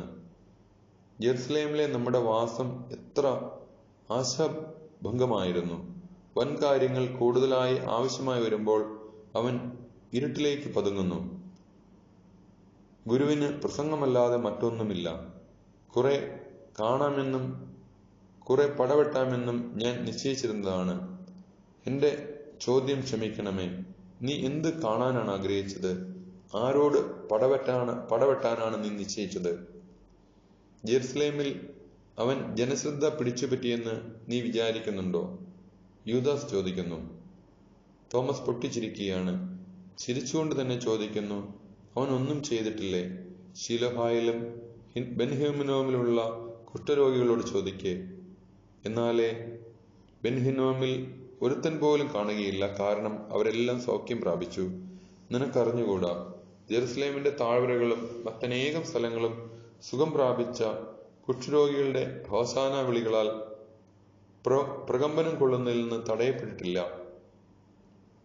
എത്ര സുന്ദരമായ നേട്ടം! യൂദാസ് അവജ്ഞ കാണിക്കുന്നു. 2 പേരും ചൂടുപിടിച്ച് സംസാരിക്കുകയാണ്. ഈശോ പുറകിൽ നിന്ന് വരുന്ന അറിയുന്നില്ല. മേരി യൂദാസിന്റെ കൂടെ അവന്റെ വീട്ടിലേക്ക് ചെല്ലാത്തതിൽ പരിഭവമുണ്ടെന്ന് മനസ്സിലാക്കി കാരുണ്യത്തോടെ സംസാരിക്കുന്നു. അമ്മ ഇങ്ങനെ പറഞ്ഞാൽ അത് ചെയ്യുമല്ലോ. നമുക്ക് സാവധാനത്തിൽ പോയാൽ മതി. ഈ ഗ്രാമങ്ങളിലെല്ലാം സുവിശേഷം പ്രസംഗിക്കാൻ വേണ്ടി നമുക്ക് അവിടെ നിർത്താം. അപ്പോൾ മേരിയും എത്തും. നിന്റെ യൂദയായിൽ ഞാൻ സുവിശേഷം അറിയിക്കണമെന്ന് നീ ആഗ്രഹിക്കുന്നില്ലേ? കരയുകയും പെട്ടെന്ന് കോപിക്കുകയും ചെയ്യുന്ന വലിയ ആൺകുട്ടി, നിഴലുകൾ കൊണ്ട് നിന്നെ തന്നെ വിഷമേൽപ്പിക്കുന്ന എന്തിനാണ്? യൂദാസ് പറയുന്നു, ഞാൻ ചീത്തയാണ്, നീ നല്ലവനും. നിന്റെ നന്മ എന്നെ വല്ലാതെ സ്പർശിക്കുന്നു. യൂദാസ് സന്തോഷമായി. അമ്മ വീട്ടിൽ ചെല്ലുമെന്നറിഞ്ഞപ്പോൾ ഉത്സാഹത്തോടെ എല്ലാവരുമായി സംസാരിക്കുന്നു. ദൈവമനുഷ്യന്റെ സ്നേഹഗീത, അധ്യായം 153. ഹെബ്രോണിലെ ഹർഷമായ സ്വീകരണം. അവർ ഹെബ്രോണിലേക്ക് സ്നാപകന്റെ വീടിനെ ലക്ഷ്യമാക്കി നടക്കുകയാണ്. ഹെബ്രോണിനോട് വളരെ അടുത്ത് കഴിഞ്ഞപ്പോൾ ഒരു സംഘം ആളുകൾ അവർക്കെതിരെ വരുന്നു. സംശയിച്ച് പരിഭ്രമിച്ചു വന്ന അവർക്ക് ഈശോ പുഞ്ചിരിയോടെ അഭിവാദനം ചെയ്യുന്നത് കണ്ടപ്പോൾ അവർക്ക് ധൈര്യമായി. സിനഗോഗ് തലവൻ മുമ്പോട്ട് വന്നു. ഈശോ ചോദിച്ചു, നിങ്ങളുടെ പട്ടണത്തിൽ കുറച്ചു സമയം തങ്ങുവാൻ ഞങ്ങളെ അനുവദിക്കുമോ? ഗുരു, അങ്ങേക്ക് ഞങ്ങളോട് അല്ലെങ്കിൽ എന്നോട് പിണക്കമില്ലേ? പിണക്കമോ? അതെന്താണെന്ന് എനിക്കറിഞ്ഞുകൂടാ. എന്തിനാണ് ഞാൻ പിണങ്ങേണ്ടതെന്നും അറിഞ്ഞുകൂടാ. കഴിഞ്ഞ വർഷം ഞാൻ നിങ്ങൾക്ക് വിഷമം വരുത്തി. അറിയാത്ത ഒരു മനുഷ്യനെയാണ് നീ വിഷമിപ്പിച്ചത്. അങ്ങനെ ചെയ്യേണ്ടത് ശരിയാണെന്ന ബോധത്തിലുമാണ് ചെയ്തത്. ഇപ്പോൾ അതേക്കുറിച്ച് പശ്ചാത്താപവും ഉണ്ടായല്ലോ. എന്നാൽ അത് കഴിഞ്ഞു പോയ കാര്യമാണ്. പശ്ചാത്താപം പാപത്തെ നിർമ്മാർജ്ജനം ചെയ്യുന്നത് പോലെ തന്നെ വർത്തമാനകാലം ഭൂതകാലത്തെ മായ്ച്ചു കളയുകയുമാണ്. ഇപ്പോൾ ഞാൻ നിങ്ങൾക്ക് അപരിചിതനൊന്നുമല്ലല്ലോ. ഇപ്പോൾ എന്നോടുള്ള മനോഭാവം എന്ത്? ബഹുമാനത്തിന്റെയും ആഗ്രഹത്തിന്റെയുമാണ് കർത്താവേ. നിന്റെ വാക്കുകളിലൂടെയും പ്രവൃത്തികളിലൂടെയും നിന്നെക്കുറിച്ചുള്ള വിവരങ്ങൾ ഞങ്ങൾക്ക് കിട്ടിയിട്ടുണ്ട്. ഞങ്ങൾ യോഹന്നാന്റെ അടുത്ത് പോയി. അവൻ ഞങ്ങളോട് പറഞ്ഞത്, നിങ്ങൾ എന്താണ് തള്ളിക്കളഞ്ഞതെന്ന് നിങ്ങൾക്കറിഞ്ഞുകൂടാ. ഞാൻ നിങ്ങളെ ശപിക്കുകയാണ് ചെയ്യേണ്ടത്. പക്ഷെ ഞാൻ ക്ഷമിക്കുന്നു. ക്ഷമിക്കാനും എളിമയും ശാന്തതയുമുള്ളവനായിരിക്കാനും അവൻ എന്നെ പഠിപ്പിച്ചു. ഞാൻ നിങ്ങളെ നിസ്സാരക്കാരാക്കാതിരിക്കണമെങ്കിൽ മിശിഹായെ സ്നേഹിക്കുവിൻ. അങ്ങനെയാണ് സ്നാപക യോഹന്നാൻ പറഞ്ഞത്. അതിനാണ് ഞാൻ ഇവിടെ വന്നിരിക്കുന്നത്. എന്നെ സ്വീകരിക്കുന്ന മറ്റ് സ്ഥലങ്ങൾക്ക് നൽകുന്നതെല്ലാം ജോണിന്റെ പട്ടണത്തിനും നൽകാനാണ്. എന്നിൽ നിന്ന് നിങ്ങൾ എന്താണ് ആഗ്രഹിക്കുന്നതെന്ന് പറയൂ. ഞങ്ങൾക്കും രോഗികളുണ്ട്. ഞങ്ങൾ അറിവില്ലാത്തവരാണ്. രോഗങ്ങളുടെ മേൽ നിനക്ക് അധികാരമുണ്ട്. നിങ്ങളുടെ രോഗികളെ എല്ലാം എന്റെ അടുത്ത് കൊണ്ടുവരിക. കുരികിലിന്റെ വേഗതയിൽ ഹെബ്രോണിലെ ജനങ്ങൾ നാനാ ദിക്കിലേക്കും ഓടി. സിനഗോഗിന്റെ തലവനും ഈശോയും ശിഷ്യന്മാരും യോഹന്നാന്റെ വീട്ടിലെ ഒരു വള്ളിപ്പന്തലിന്റെ തണലിലേക്ക് മാറി. ജനമെല്ലാം വേഗത്തിലെത്തി. അവരുടെ കൂടെ മഞ്ചലിലെടുത്തിരിക്കുന്ന ഒരു തളർവാദ രോഗി, അന്ധയായൊരു യുവതി, മൂകനായൊരു ബാലൻ, വേറെ രോഗികളും. ഈശോ എല്ലാവരെയും സുഖപ്പെടുത്തുന്നു. ജനക്കൂട്ടത്തിന്റെ ഹോസാന വിളികളുടെ ഇരമ്പലാൽ ആ പ്രദേശം പ്രകമ്പനം കൊണ്ടു. തോമസ് യൂദാസിനെ തറപ്പിച്ചൊന്നു നോക്കി. യൂദാസിന് കാര്യം മനസ്സിലായി. യൂദാസ് പറയുന്നു, ഞാൻ ഭോഷനായി പോയി, എന്നോട് ക്ഷമിക്കണമേ. ഈശോ മോശയെക്കുറിച്ചും ഇസ്രായേൽ മക്കൾക്ക് ദൈവം കൊടുത്ത നിയമങ്ങളെക്കുറിച്ചും ധാർമ്മിക കുറ്റങ്ങളെക്കുറിച്ചും സ്നാപകനെക്കുറിച്ചുമൊക്കെ അവർക്ക് വളരെയധികം വിവരിച്ച് പറഞ്ഞു കൊടുക്കുന്നു. ഈശോ പ്രസംഗം അവസാനിപ്പിച്ചു കഴിഞ്ഞപ്പോൾ തോട്ടത്തിനപ്പുറം നിന്ന് വലിയൊരു ശബ്ദം കേൾക്കുന്നു. മിശിഹ അവിടെയുണ്ടോ? അവൻ അവിടെയുണ്ടോ?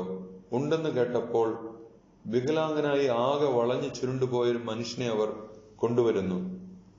അവന്റെ കൂടെ അവന്റെ അമ്മയുമുണ്ട്. ഗുരുവേ, ജനിച്ചപ്പോഴുള്ള ഇവന്റെ വൈരൂപ്യം കണ്ട് അവളുടെ ഭർത്താവ് അവരെ ഉപേക്ഷിച്ചു പോയി കളഞ്ഞു. അവൾ പരസഹായം മൂലമാണ് ജീവിക്കുന്നത്. അവൻ പ്രകൃതിയുടെ ഒരു പ്രത്യേക വികൃതി തന്നെ. ഇപ്പോൾ ഈശോയുടെ മുന്നിലുണ്ട്. അവൻ ആകെ ചുരുണ്ടുകൂടിയിരിക്കുന്നതിനാൽ അവന്റെ മുഖം കാണാൻ കഴിയുന്നില്ല. മനുഷ്യരൂപം ചേർന്ന ഒരു ഒട്ടകത്തെ പോലെയാണവൻ. അവന്റെ അമ്മ പാവം സ്ത്രീ. അവൾ കർത്താവേ കർത്താവെ ഞാൻ വിശ്വസിക്കുന്നു എന്ന് ഉരുവിട്ടുകൊണ്ട് കരയുക മാത്രം ചെയ്യുന്നു. ഈശോയുടെ അരയ്ക്ക് താഴെ മാത്രമേ അയാൾക്ക് പൊക്കമുള്ളൂ. ഈശോ കൈകൾ അവന്റെ തോളിൽ വെച്ചുകൊണ്ട് ഇടിനാദം പോലെയുള്ള ശബ്ദത്തിൽ പറയുന്നു, എഴുന്നേറ്റ് കർത്താവിന്റെ വഴിയിൽ നടക്കുവിൻ.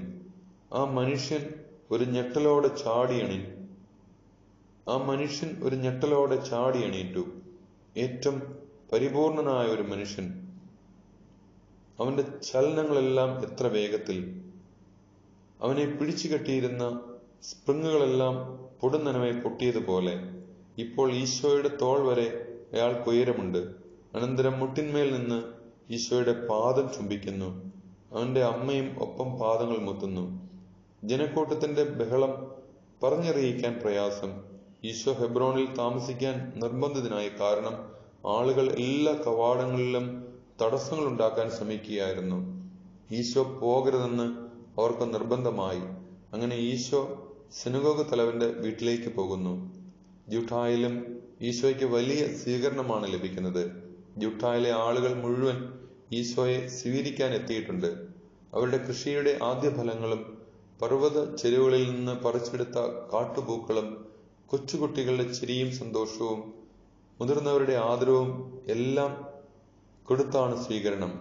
ഈശോ ആംഗ്യം കൊണ്ടും വാക്കുകളിലൂടെയും അവരെ അനുഗ്രഹിക്കുന്നു. അവരുടെ സ്നേഹപ്രകടനങ്ങളുടെ തള്ളൽ നിമിത്തം മുന്നോട്ടുള്ള നടപ്പ് സാവകാശത്തിലാണ്. ഈശോ ആ മൈതാനത്തിൽ വെച്ച് അവരോട് സംസാരിക്കുന്നു. നിങ്ങളുടെ സന്തോഷത്തിൽ നിങ്ങൾ എന്നോട് പറഞ്ഞു, നീ ഇവിടെ വന്നപ്പോൾ മുതൽ ഞങ്ങളുടെ ഇടയിൽ രോഗവുമില്ല, മരണവുമില്ല. നിന്റെ അനുഗ്രഹം ഞങ്ങളെ രക്ഷിച്ചു. അതെ, ആരോഗ്യം ഒരു വലിയ കാര്യമാണ്. എന്നാൽ ഇപ്പോഴത്തെ എന്റെ വരവാൽ നിങ്ങളെ ആരോഗ്യവാന്മാരാക്കാൻ ഇടയാക്കുന്നതാണ് കൂടുതൽ ശ്രമിക്കുന്നത്. നിങ്ങളുടെ മക്കളെയും വയലുകൾ, കൃഷികൾ, വീടുകൾ, കാലികൾ, ബലവൃക്ഷങ്ങൾ എന്നിങ്ങനെ എല്ലാറ്റിനെയും ഞാൻ അനുഗ്രഹിക്കുന്നു. വിശുദ്ധമായ രീതിയിൽ അവ ഉപയോഗിക്കണം. അവയ്ക്കായി ജീവിക്കരുത്, എന്നാൽ അവയെ കൊണ്ട് ജീവിക്കുക. അധികമുള്ളത് ആവശ്യമുള്ളവർക്ക് കൊടുക്കുക. അപ്പോൾ പിതാവിൽ നിന്ന് അളവ് കവിഞ്ഞൊഴുകുന്ന വിധം അനുഗ്രഹങ്ങൾ ലഭിക്കും. സ്വർഗത്തിൽ ഒരു സ്ഥലവും കിട്ടും. ഈശോ അവരെ അനുഗ്രഹിക്കുന്നു. അന്ന് അവിടെ താമസിക്കുന്നു.